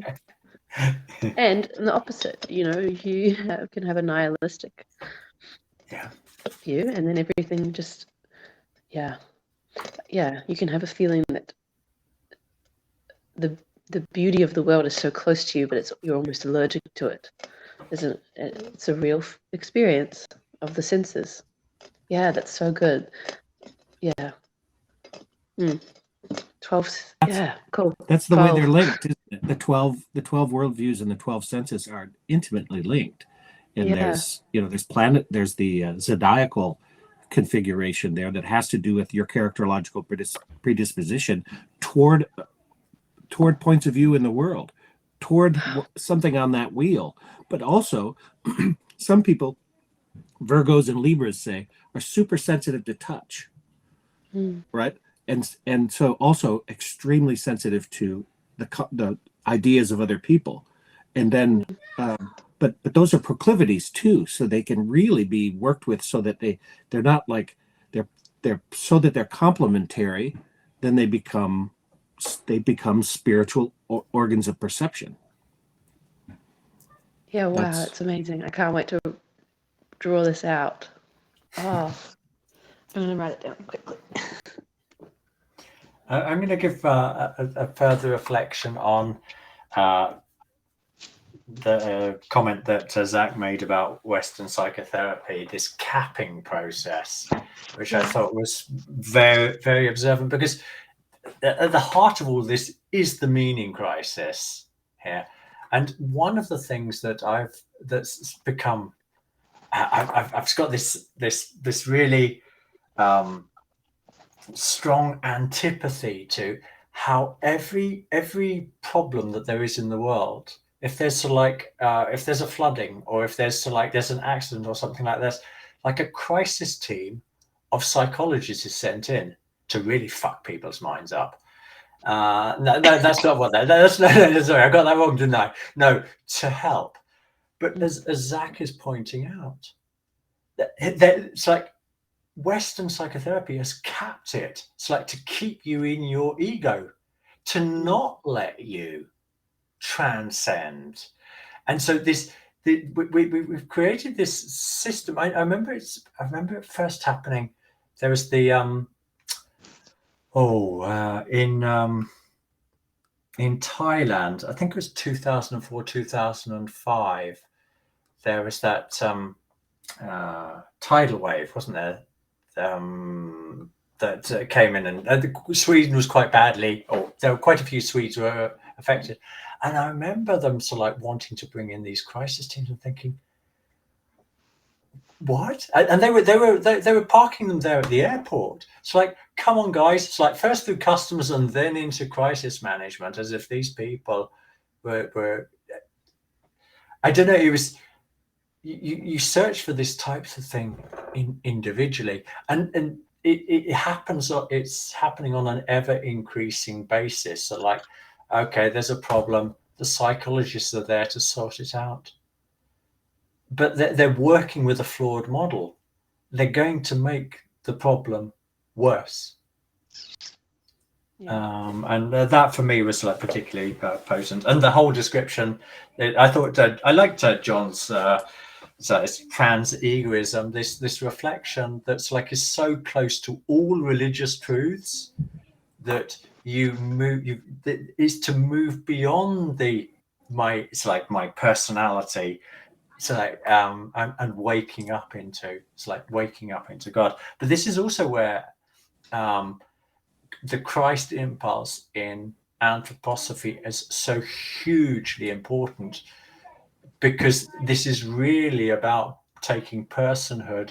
It's like all the way. It's like after death, and depending on how much you've absorbed of how much the Christ impulse has filled you, that awareness of self can continue after death, to ever higher realms, until you get to the point way beyond to like my levels of development, where it's like you get to the midnight hour and you followed your soul's journey.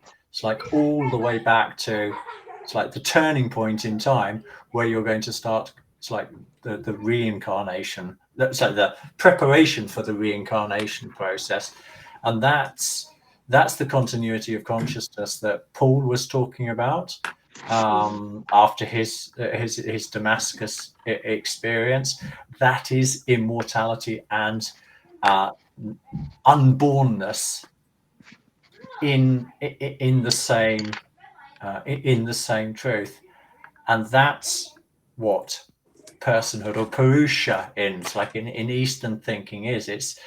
It's an awareness of this eternal being, an eternal awareness of my eternal being, and that's what the Christ impulse is, that we're trying to draw into us, first through images, then through sound, and then through like ego, the complete letting go of our ego, so that we can receive the egos of others into us. Yes. Yes.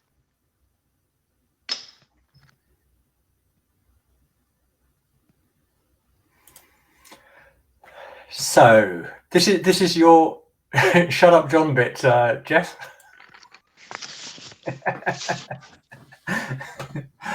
Do you want to intro it, or shall I just play it? I think that the shut up John bit was when he was interrupting Zach about the imagination, but maybe not. Which I'll play this bit, because this is the bit that you queued up, or Okay. you asked me to play, so I'll Yeah. play it. go for it. Just make sure. There we go. Yes. That and I want, like, that's what I want to keep coming back to. I'm sorry, I don't mean to be. No, that's where I want to go. Yeah. Because that to me is the metapsychology. That's where it can talk to us the most. Yeah, and so it's between transcendence and ensoulment, and what I'm calling development or skill development. All of them. I mean all three, because Exactly, we've just been focusing on these right now because we're trying to get. But and that's what I was trying to get. Because virtue has an aspect, power. It has an aspect of skill to it. It has an aspect of character to it, but it has an aspect of aspiration to the divine in it. So the term virtue, if we properly unpack its history and its etymology, is designed to try and talk about the proper alignment of those three dimensions in development. At least I would argue that. Yeah, I think that's a great way to define virtue. I mean, it's just interesting because all three of them require one another to actually work, and that's the problem with having a bias in either one, is that it's a performative contradiction, because you actually need the others to do that thing you're doing in any one of them. Exactly. So like.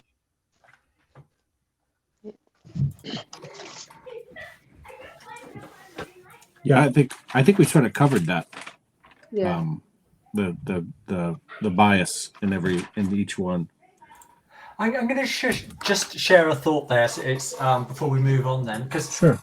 One of my notes whilst I was listening to them, this alignment of the three realms and them all being interdependent. They're not on their own. It's what you were talking to, and then we had sort of thinking, willing, and feeling.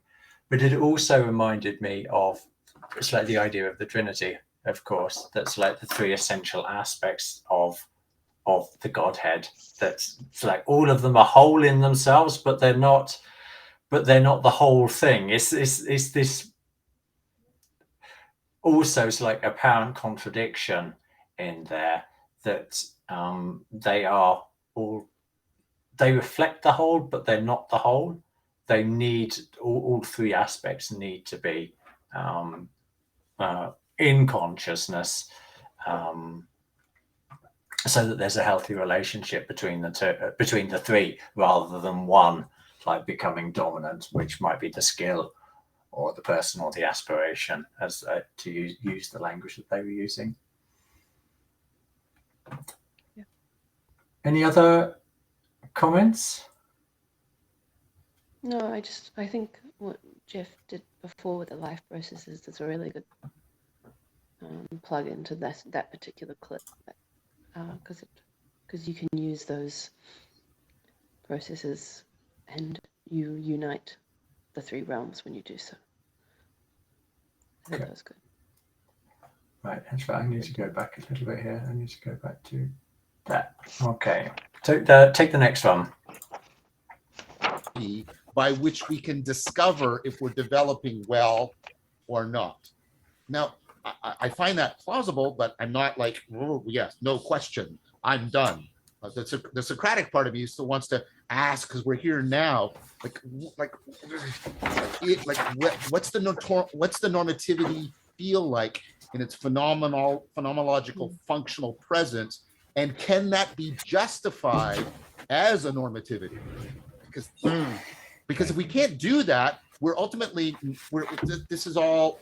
Sorry, and I don't mean this dismissively. Zach, you know I think your work's great. Greg, you already know that I love your work. I'm not doing that. I want to say that clearly. No, you're asking a really deep philosophical question. No, it's a very question. It's a very, very deep philosophical and a super important one. And we touched on it briefly. So you remember, like, if let's put transcendence and ensoulment aside and just talk about what I'm calling development, skill development, which was last night with Piaget levels. Yes.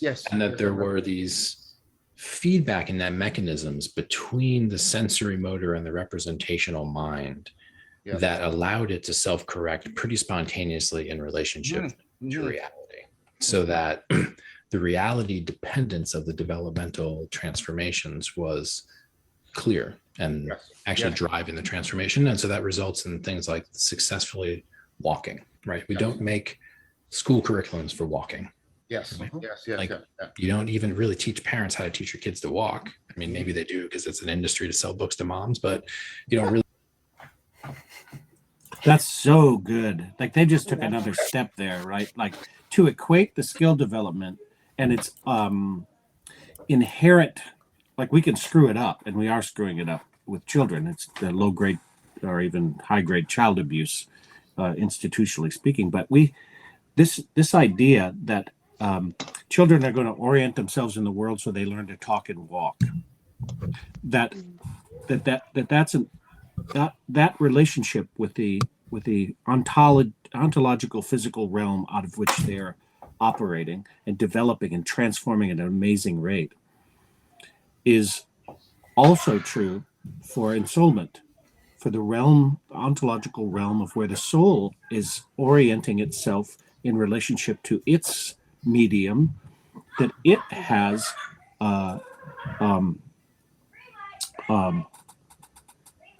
feedback loop that is telling it all the time how to orient to that reality. So we're orienting to the reality all the time. And then the same with the transcendent, that if you're moving through higher forms of consciousness, then you've done the work. In other words, let's say this. Let's say we had an educational system that supported these developmental processes as platforms. We wouldn't be talking about meditation and the need for religio, because it would be a reality just as real as the world in which we are orienting ourselves and getting feedback loop and feedback on all the time. It would be, and you know what I saw when I saw this? I just saw, okay, well, what we're talking about is that at a certain level you have a relationship with the wisdom of the world, say as a child, right? And you're getting it. you're just eating it, and it's just coming in, and you're learning language, and you're learning to walk, and you're learning to orient yourself in these amazing ways, non-abstract participatory ways. And then you go a little higher, and you're at a medium where that intelligence and that wisdom is a little bit more refined. It's a little bit more like, people like your peer group, and relational patterns with your family, and all of this sort of community and institutional life. And this is and there's another level of intelligence that you're associating with. And then you get into adulthood, when your ego is born, and you start to have conversations with people, maybe in college, or and I remember this transformational moment for me when I sort of grown up thinking I was stupid, and my cousin invited me to it lives in a university town, University of Michigan in Ann Arbor, Michigan, and he invited me to tea with his friends, and his friends were college professors. And my cousin was an extraordinary, God rest his soul, extraordinary person, was a huge inspiration for me. And so I went there, and I sat in a living room. This is the first experience I had like this, right? Usually, I was smoking dope with my friends, or drinking and driving, and going to bars and stuff like that, and having my experiences. But I went with him, and we just sat in a circle drinking tea, and people just started talking. And I experienced this, like, I could trust myself to sit there. I could have faith in this group of intelligences that I've never been around. Okay, so there you go. I would probably have all had experiences like that. It was so edifying. I contributed in ways I had no idea I could contribute. It was beautiful. And then you think, oh, well, are there higher levels where you might be communing with intelligences even higher than that? And it's important to associate yourself with people who can help accelerate your consciousness and accelerate your sense of intimacy and communing with higher and higher intelligences. Are there non-human intelligences? Does that keep getting more and more refined? It seems so. So that's what I thought of when I was thinking of this. It's a very personal, transformative experience to be constantly in relationship with people who have a relationship with reality, or with reality itself on levels that are pre-people orient, or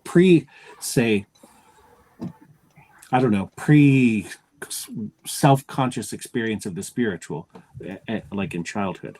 So that's what I was really inspired by this conversation at this point.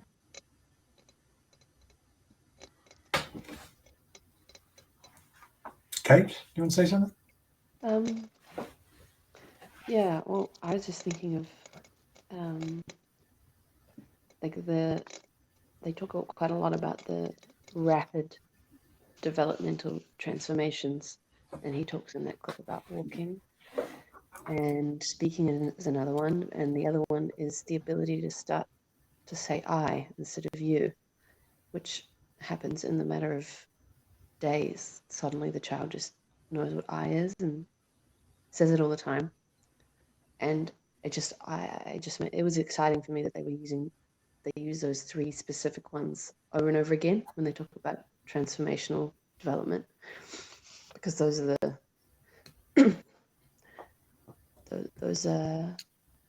those are the unique, like those are what makes us human: our uprightness, our ability to speak, and our I. And those were given. I mean, we think of it as gifts from Christ in anthroposophy. But that's my only thought, really. I don't really have anything to build on that. Just pointing out the link. I really liked this stress on the reality dependence of the process, and they still haven't for me unpacked something that looks like child adult education. They've talked about the need for it in adult education, and I just picked a few books off my shelf here. So these are some books that these guys could read. They're all basically about biography work, and I've got another. I've got as many downstairs as well. Because there you really do have something that's reality dependent. It's the main one of the main guys. I didn't actually realize this until I actually saw this guy. He's a Dutch guy. It wasn't actually something that was directly created by Steiner. It was a guy called Conrad van Hoeden. And one of the last people that I actually met before I moved to Sweden was this guy. He was giving a lecture in Totnes. And I was particularly taken about it. The title "Principles in Adult Education," but this process of biography work is deeply related to the 9 bodies: the physical, the etheric, the astral, the 3 soul bodies: the sentient, the intellectual soul, and the consciousness soul, and then the 3 spiritual bodies. There we have a real framework in which to move through from child education and through to your midlife. What's going on there? John's talking about he wants a normative. He wants normativity. There we go. Have that. have some of that, John. See how it maps. And these. I know in Germany there's a lot of these. This particular one is written by a practitioner of biography work. So he's had a practice for, I mean, this book is 10, 15 years old, but he'd been working as a biography work specialist for 20, 25 years when he wrote that book. And it's full of examples, real life examples of how this stage can look for different people and how they move through it. And one of the beauties of it is there's so much. I love reading biographies. It's probably my favorite genre in writing. And biography work is equally as fascinating because you're getting little snippets of people, how they might be stuck in one phase and how they move out of the next phase. But all happening at this personal level, because everybody's going through these transformations all the time. I mean, they land in a zone for a while, in a phase, but if they're going to be a healthy, developing human being, the inevitability will come that they've got to move to the next one, because if they don't, they'll remain in a retarded state. So and that transition phase, how do we move through it? And this is again an essential part of their whole conversation. Transformation. How do we facilitate this process? And in the work of Conrad van Hoeden, we've got this amazing model that is in complete harmony with Steiner's imagination of what the human being is in body, soul, spirit, nature. Angus, can I ask you to unpack the sequence of development when the adult takes over the process? I asked this because you mentioned adult education, and tongue-in-cheek, one of the very first emails I sent to Zach was a video of the Hall & Oates song "Adult Education," because because somewhere Steiner says what the world needs is adult education. So I thought it was a tongue-in-cheek kind of thing. I don't think he appreciated it very much. But anyway, can you unpack this? When the adult takes over the developmental process, and I don't mean higher spiritual reaches, but in the biographical sense. You'd mentioned when we were preparing for this a little bit, and I had forgotten about this because I was trying to get my mind on what adult development is. You'd mentioned the development of the sentient soul sort of being the first thing that one starts to take over when you hit 21, 22 years old or 20 years old, around there. And what is how does that work? Hugh, I'm going to give a simple answer, and because it's a huge topic, but I mean, 2021 is the time when your I properly incarnates. You've got an I placeholder. When you first start saying I to yourself, that's not your true I working in you, and it's actually never your true I. But it's like full consciousness of yourself as an individual awakens at around about the age of 21. So my spontaneous answer, without like looking deeper into it, it's around that age. Although it's already getting a little bit of a kickoff at the age of 19 or 18 and 2/3, because you've got something called moon nodals, and it basically I might this is unfortunately this is old knowledge, so some of the things that I'm saying might be a little bit off, but this is the idea that the moon is in exactly the same place as it was when you were born, and this brings a renewal of the impulses that you came to Earth with. You had a plan, and sometimes we go off piste, yeah. And there's this reminder, to a push forward in your own development. So that might also be strongly related to that. It's like I think they call it adulting now, don't they? But this maturation process where you begin to take responsibility for, despite your upbringing, you become increasingly less able to blame your upbringing, because now you have full consciousness and you should be able to self-remediate in those circumstances. I felt like there was something else that I wanted to say there.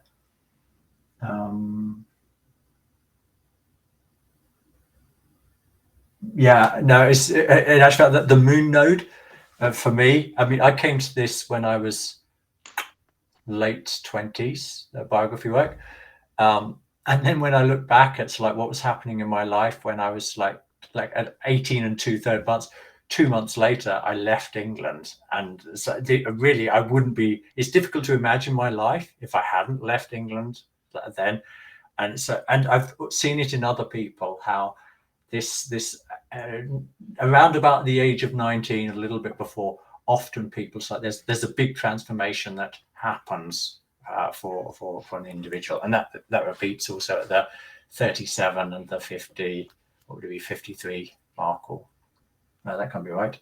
19 plus 90, yeah, it's about 37 and 53 years old. So there's like key areas. That's some of the details from it. Yeah, that's what I was looking for, like just a brief scaffolding to show the bridge between what these guys are trying to do and what's already there.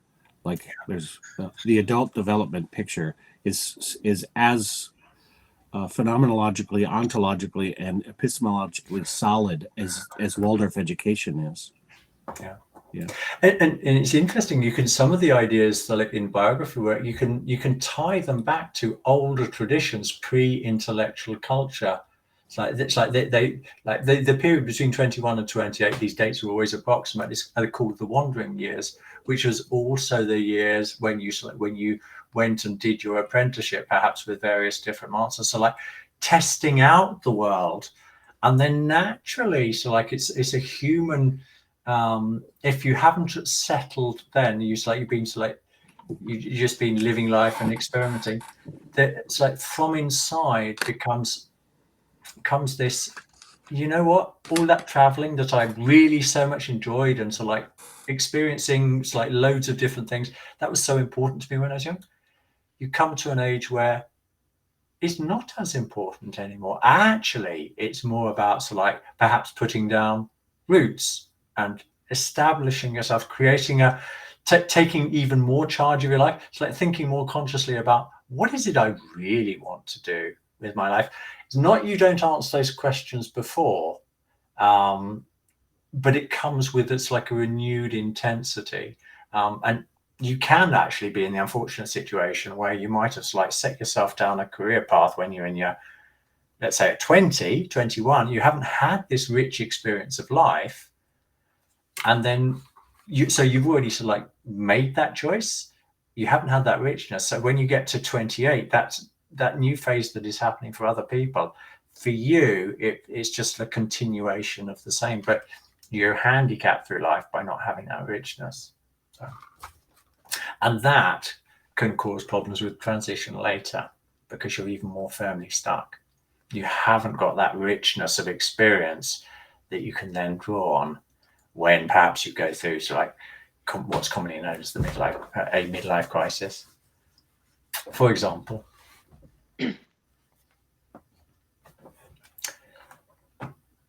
Right, I think we're getting there. So we're going for self-transformation. This is actually the last clip that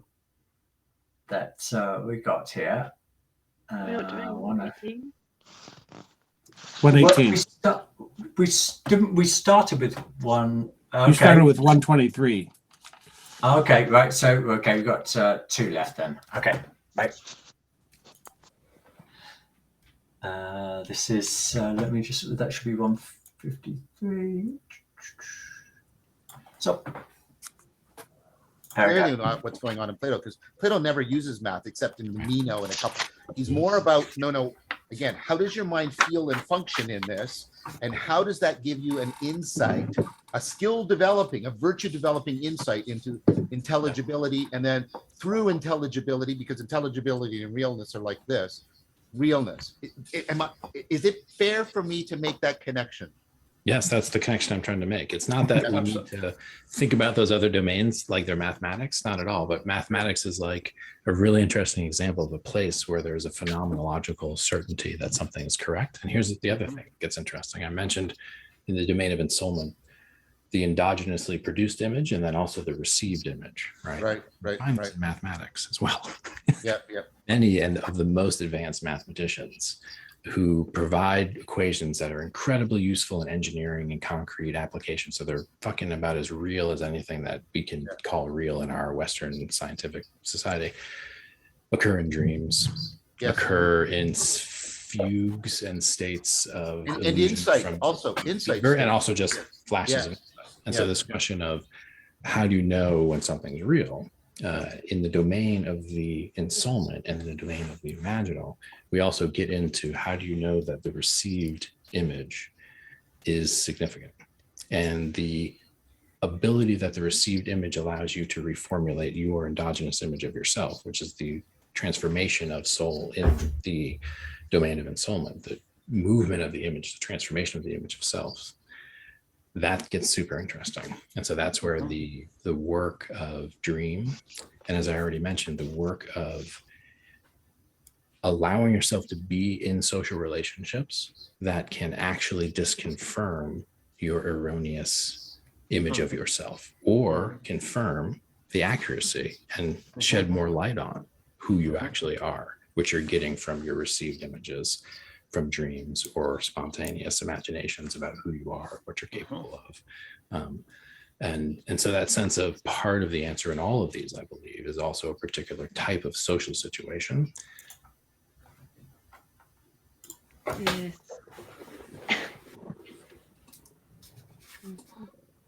I really like how he goes into, I think this is the first video I ever watched of this series. And after that, he goes into, they all talk about how it's not a what question, it's a how question, which I really like. It satisfies me. Yeah. Yes. Yeah. Everything we've talked about in the last half of this prefigures this, and also it makes me realize that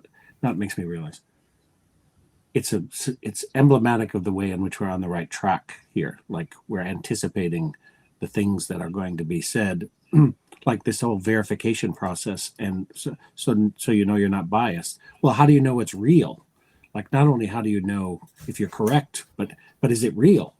Like it's not just like have you drawn the right conclusion, or is you think you're going to negotiate that properly, I can negotiate all sorts of things that aren't real. But if you know it's real and you're standing on firm ground and you have faith in that reality, that in itself is a self-affirming, strengthening on all three levels.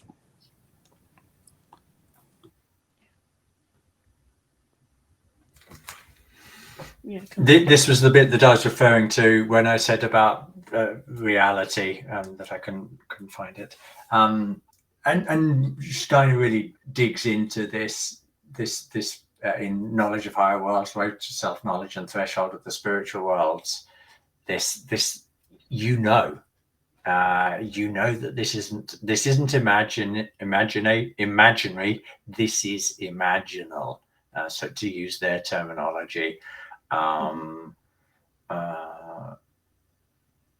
Yeah, and it's like reminds me of this.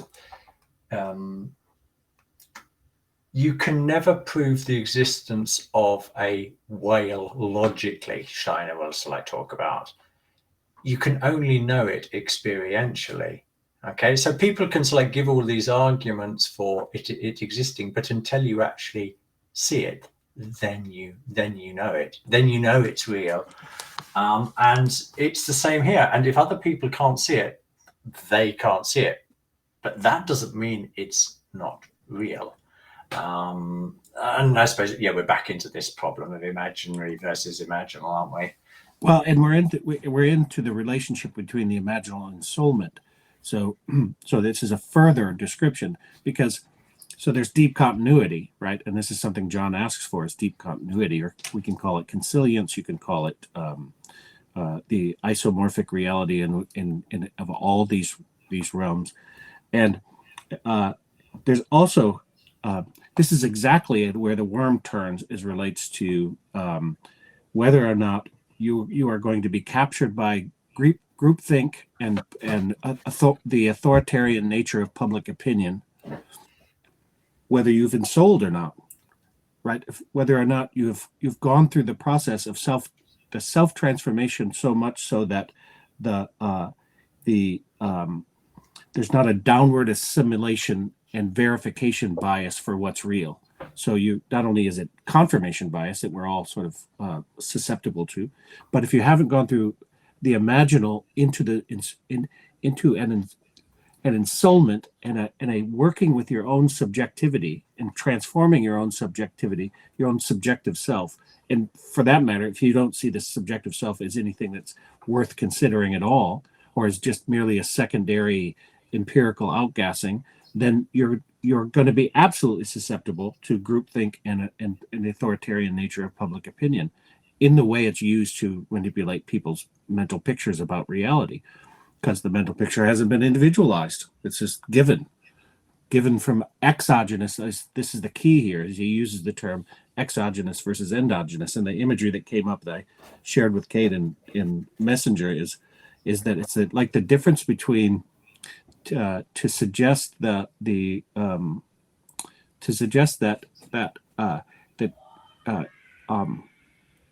language, for example, is just a technology, just another technology, is to suggest that the spider web is a technology, that the spider and it is. I mean, it was referred to as techne, right? It's the art of web spinning in a certain sense, and it is utilized in that way. It is a sort of, I guess you could say, technology, but it's endogenously produced, and our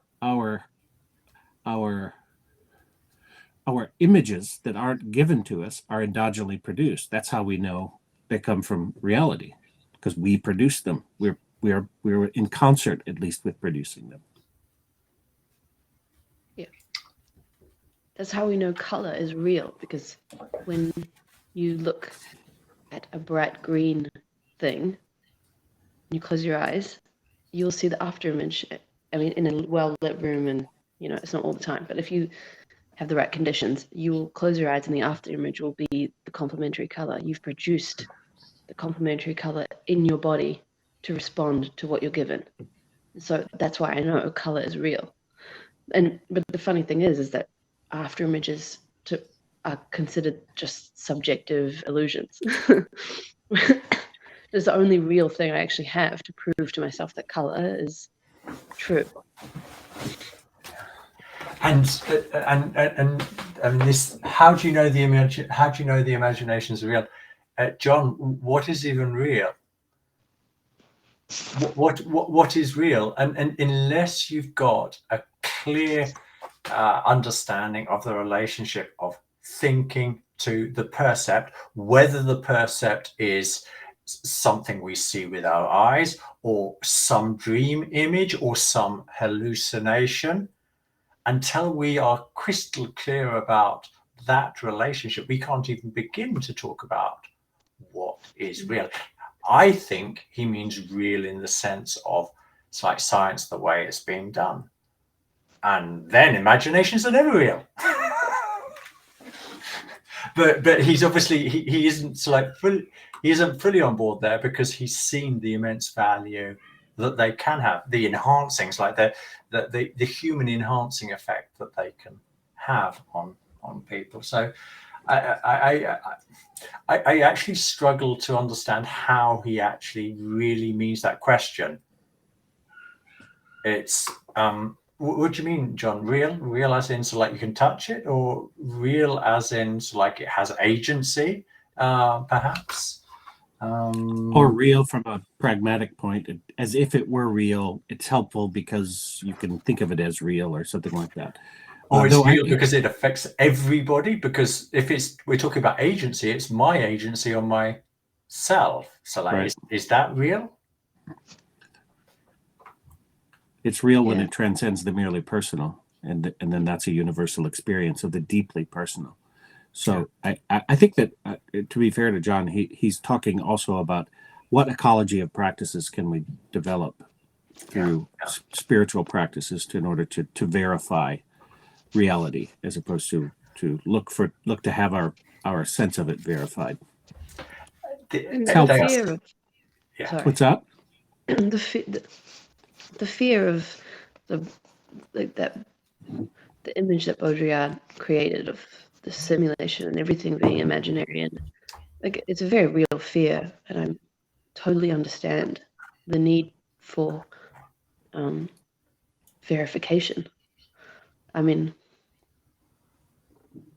and the philosophy of freedom was so helpful for me in that, and I'm still overcoming that. But the reason that I have pushed away from psychology so much is because it was making me doubt myself always and look for, and it's just like this reciprocal narrowing, endless shadow work. I don't know my own motives. How can I ever know myself? Bullshit. That I just resented so much. But it was because I didn't trust myself. I didn't trust my thinking. I didn't trust that I was actually a human being with an essential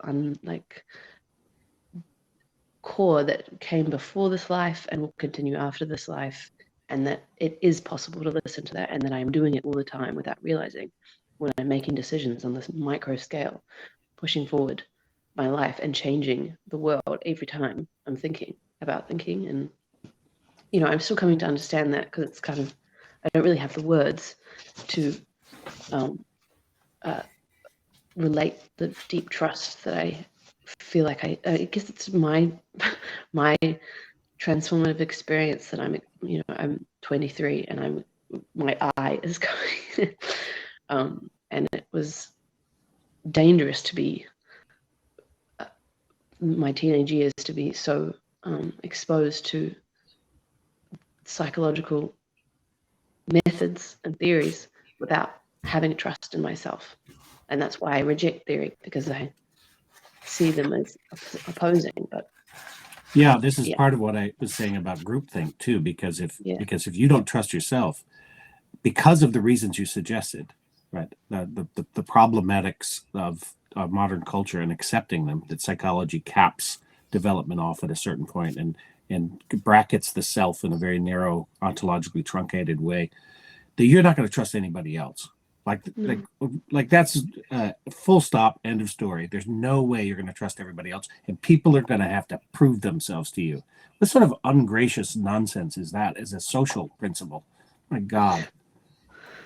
I know. That's what's happening in the whole ideological human rights equality movement, is that it's so disrespectful for every individual within every group, that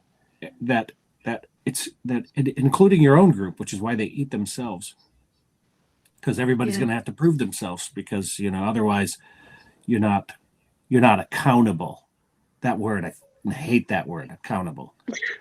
How about response? Yeah. Right, exactly. How about responsible, and that I can trust you because you're essentially a human being that can draw on its real heritage, as opposed to this, the one we borrowed. And it's not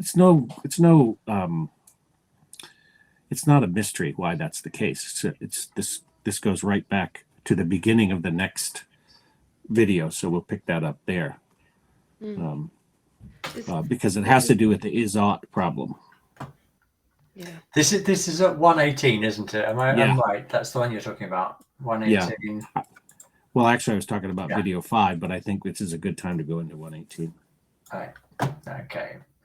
I mean, and one of the things that the mystical tradition makes clear is that ultimately, right, there is something more real, more valuable than us. I mean, in Platonic, there's the one, right? And the one, right? Totally. And so, like, but on the other hand, like, that is never separated from, yes, but it has to mean that human beings are cultivating wisdom and virtue. I don't want to present them as oppositional, but I'm trying to get them, I'm asking the question about what's the right relationship, and how do we respond to the postmodern critique that we're ultimately doing, a very complicated Renaissance humanism kind of thing, and that's been problematic. I mean, I think the way to respond to the postmodern critique is to abandon modernity. Like, I'm in favor of what I would call a post-secular way of theorizing some of these planetary issues. Yeah. I don't think we can resolve the issue by saying, well, we don't know where human dignity comes from, but we're gonna respect it as an aesthetic value. Like, it's kind of bizarre given the prior justifications given by humanity for human dignity by the great religious traditions. Exactly. So it kind of seems an extremely actually immature, kind of childless and naive answer to the question of why is the human valuable. And I think the deep confusion around the place of the human in the web of life also has created a lot of confusion and nihilism. And so I think, we're going to be looking at, because of the nature of some of the planetary changes underway, a reemergence of religious solutions to the meta-normative planetary framework. And so this brings us directly back to Aurobindo, who said this, and the reason Huxley nominated him for the Nobel Prize, because Huxley was a perennialist, right? Perennial philosopher. And so the work that I'm doing with Gaffney and Wilbur is in that direction of a neo-perennial solution to this problem of a planetary meta-normative structure. Most of the world is still a member of one of these religious traditions, by the way, secular West. Vast majority of the billions upon billions of people are believing religious traditions. And so the idea that, like, we're going to resolve this in a humanist secular way is colonialist, frankly. Like, and I'm going to use that postmodern term to gain credence with the postmodernists, who I'm actually arguing against, by saying that, though, there is actually a very real universal reality that unites all of humanity, and it's spirit. And this is what Aurobindo would claim. And it's phenomenologically accessible if you move through the domains of ensoulment and transcendence, and don't just get so hung up on becoming smarter and smarter and smarter in domains of operational efficiency. And so it's the absence of synchronous ethical and spiritual development in our educational systems that makes it appear as if there is no moral universal, when it's just as tangible as these abstract math equations we're having kids do in the 12th grade. But we don't bring them up and into a moral consciousness or culture that makes it's just so weird. Oh, that's like slam dunk, hang on the rim kind of goodness. So I should set this up a little bit because he's basically doing a disputation of Gregg's picture, right? Because what Gregg did was, and Gregg's sweet guy, like I'm not trying to diss Gregg, but what Gregg did was, well, we need something that's beyond ourselves, and so we need a global, agreements, and it's all intellectual, and it's all like we agree that human beings have dignity, but we don't really know where dignity comes from, so we have no origins of dignity. So he eschews the very thing that would give an agreement at a higher level, say maybe, perceiving the spiritual together as a unified experience, that perceiving the universal, because you're using thinking to do so, and thinking itself you can have faith in because it is the universal experience that unites us. Like that we can have like dialogues that are designed to actually bear fruit in relationship to utilizing the universal aspect of everybody in a conversation about things. No. What Gregg does is basically says, here's a statement that I've crafted that I think everybody can agree on, an intellectual statement that is essentially a naturalist statement about the capping what is potentially universal as some sort of medium agreement, right? And then Zak, this is where Zak enters at that point. It's like, yeah, no, those are nice concepts, but they're dead concepts essentially. They're not enlivened with the universal process of thinking, and so all we're going to get. And so we know human dignity. We have resources to know why human beings are valuable. Why do we presuppose that we would have to ask that question in the first place? Because, well, it goes back to, he uses the example of somebody driving down the road and a child runs out and a squirrel runs out. Of course you would run over the squirrel, right? Well, no, that's not that obvious actually, because I know a lot of people, and Kate was referring to this, who want to cease reproduction and think that human beings are a scourge on the face of the earth. And you think you're going to get agreement with people who think that any kind of thinking is anthropocentric, and the last place you're going to do is you're going to get agreement there. The consciousness has to change, and that's what Zak's bringing in now in response to this limited point of view. It's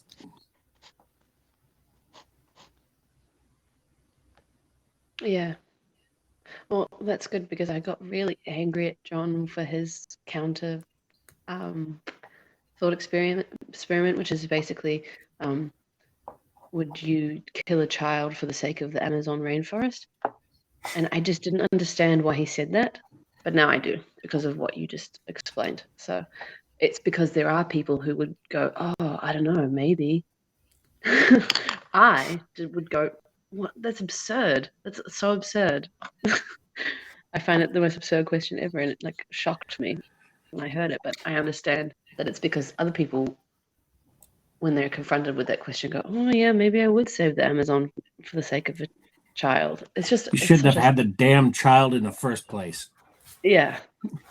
I want to pick up on this point as well, because I mean, thought experiments, thanks to people like Einstein, have got a good name.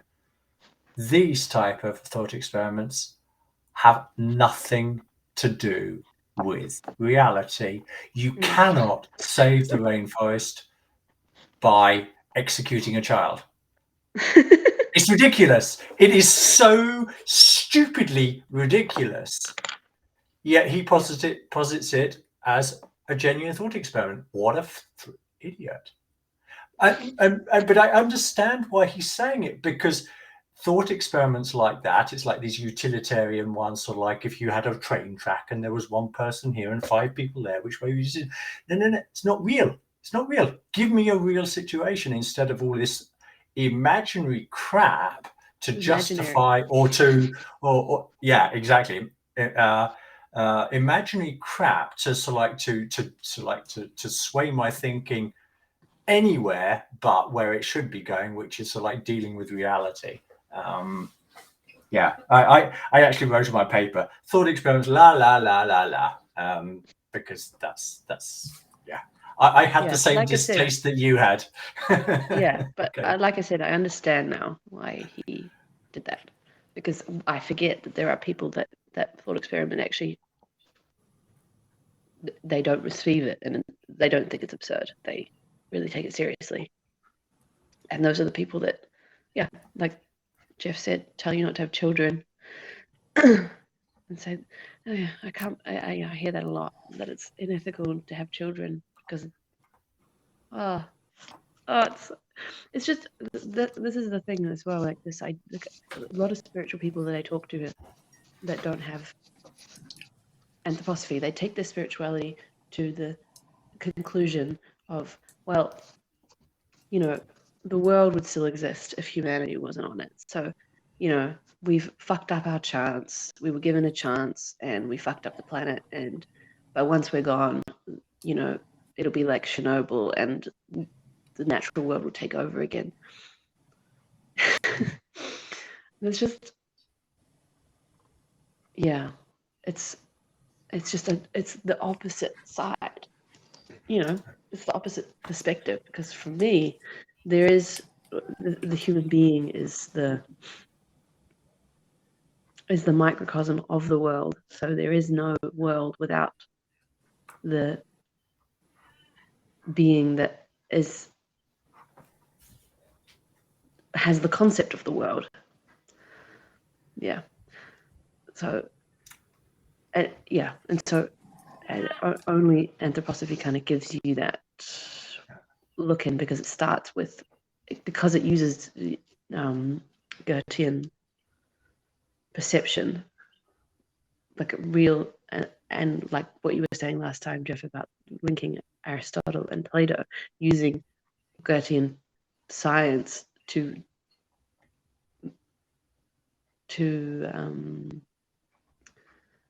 as a way to make spiritual insight normative, and only from that, only if you have those tools can you safely say, no, the world would not exist if there were no human beings. Which is an absurd thing to most people to say. It's that kind of thought experiment, and that which leads to the limited picture of mere intellectual agreements somehow reaching beyond normal human consciousness, which it doesn't. That is actually the threat of a human species extinction event. So it's a self-fulfilling prophecy, as far as I can see.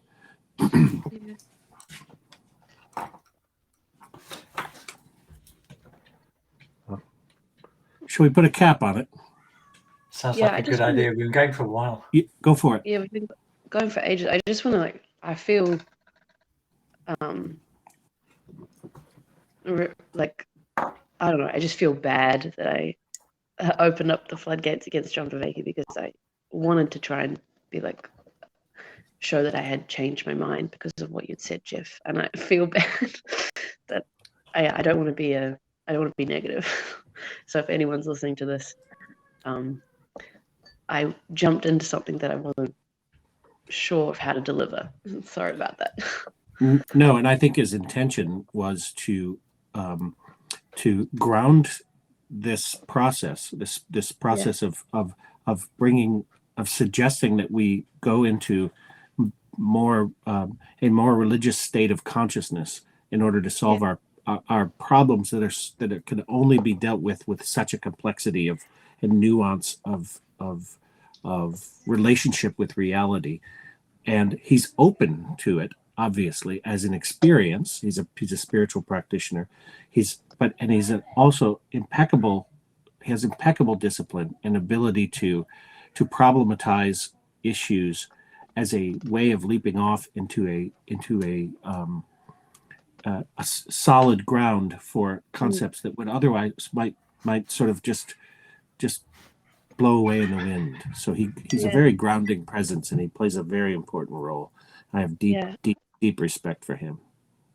He really helps me to understand that honesty requires rigor. Yeah. Yeah, for sure. Anything else, anybody? Well, and this was, yeah, go ahead. And Greg as well, like I see that his system is for the purpose of the academy. And so I'm sympathetic. I don't agree with his methods, but I'm really respectful for his the task he set for himself, because it's I wouldn't take it on. So I think, yeah, he's doing an amazing job to bridge to try and open the doors to the academy and to clinical psychology. I think it's quite inspiring. Yeah, his self-imposed limits are ones that he's willing to overcome. We've seen it time and again. The fact that really... Sri Aurobindo was not acceptable within his naturalist framework, and now Sri Aurobindo opens the door. And hopefully, he'll look into, spiritual biography work of Rudolf Steiner and the epistemology of moral imagination and the reality of color. Actually, that Steiner's able to sneak into the philosophy of freedom is another one. As the thing that is the symbol and that there's the symbol and the thing itself, like music, color. These are transparent. How about the transformed self? These are transformed, created realities that human beings are participating in as creation. Yeah, exactly. Yeah. Lovely. Just adding to what you're saying there, I see three guys sincerely interested in challenging themselves. They want to get closer to the truth. They don't know what it is, and they're prepared to talk about it. But this ability to listen to each other, to share ideas and try and grow through that is it's the way it needs to be done, isn't it? I mean, in that sense, we all say things that other people disagree with, but if we are interested in getting closer to this truth, it happens in these types of conversations, and that's what I see clearly in these guys. And if we can't as spiritual practitioners of spiritual science bridge the gap between these three, where are we going to? If we can't make it here, we're not going to make it anywhere. So worthwhile to try to do. Yeah. I hope that comes across. Yeah. Okay. I'm going to press end.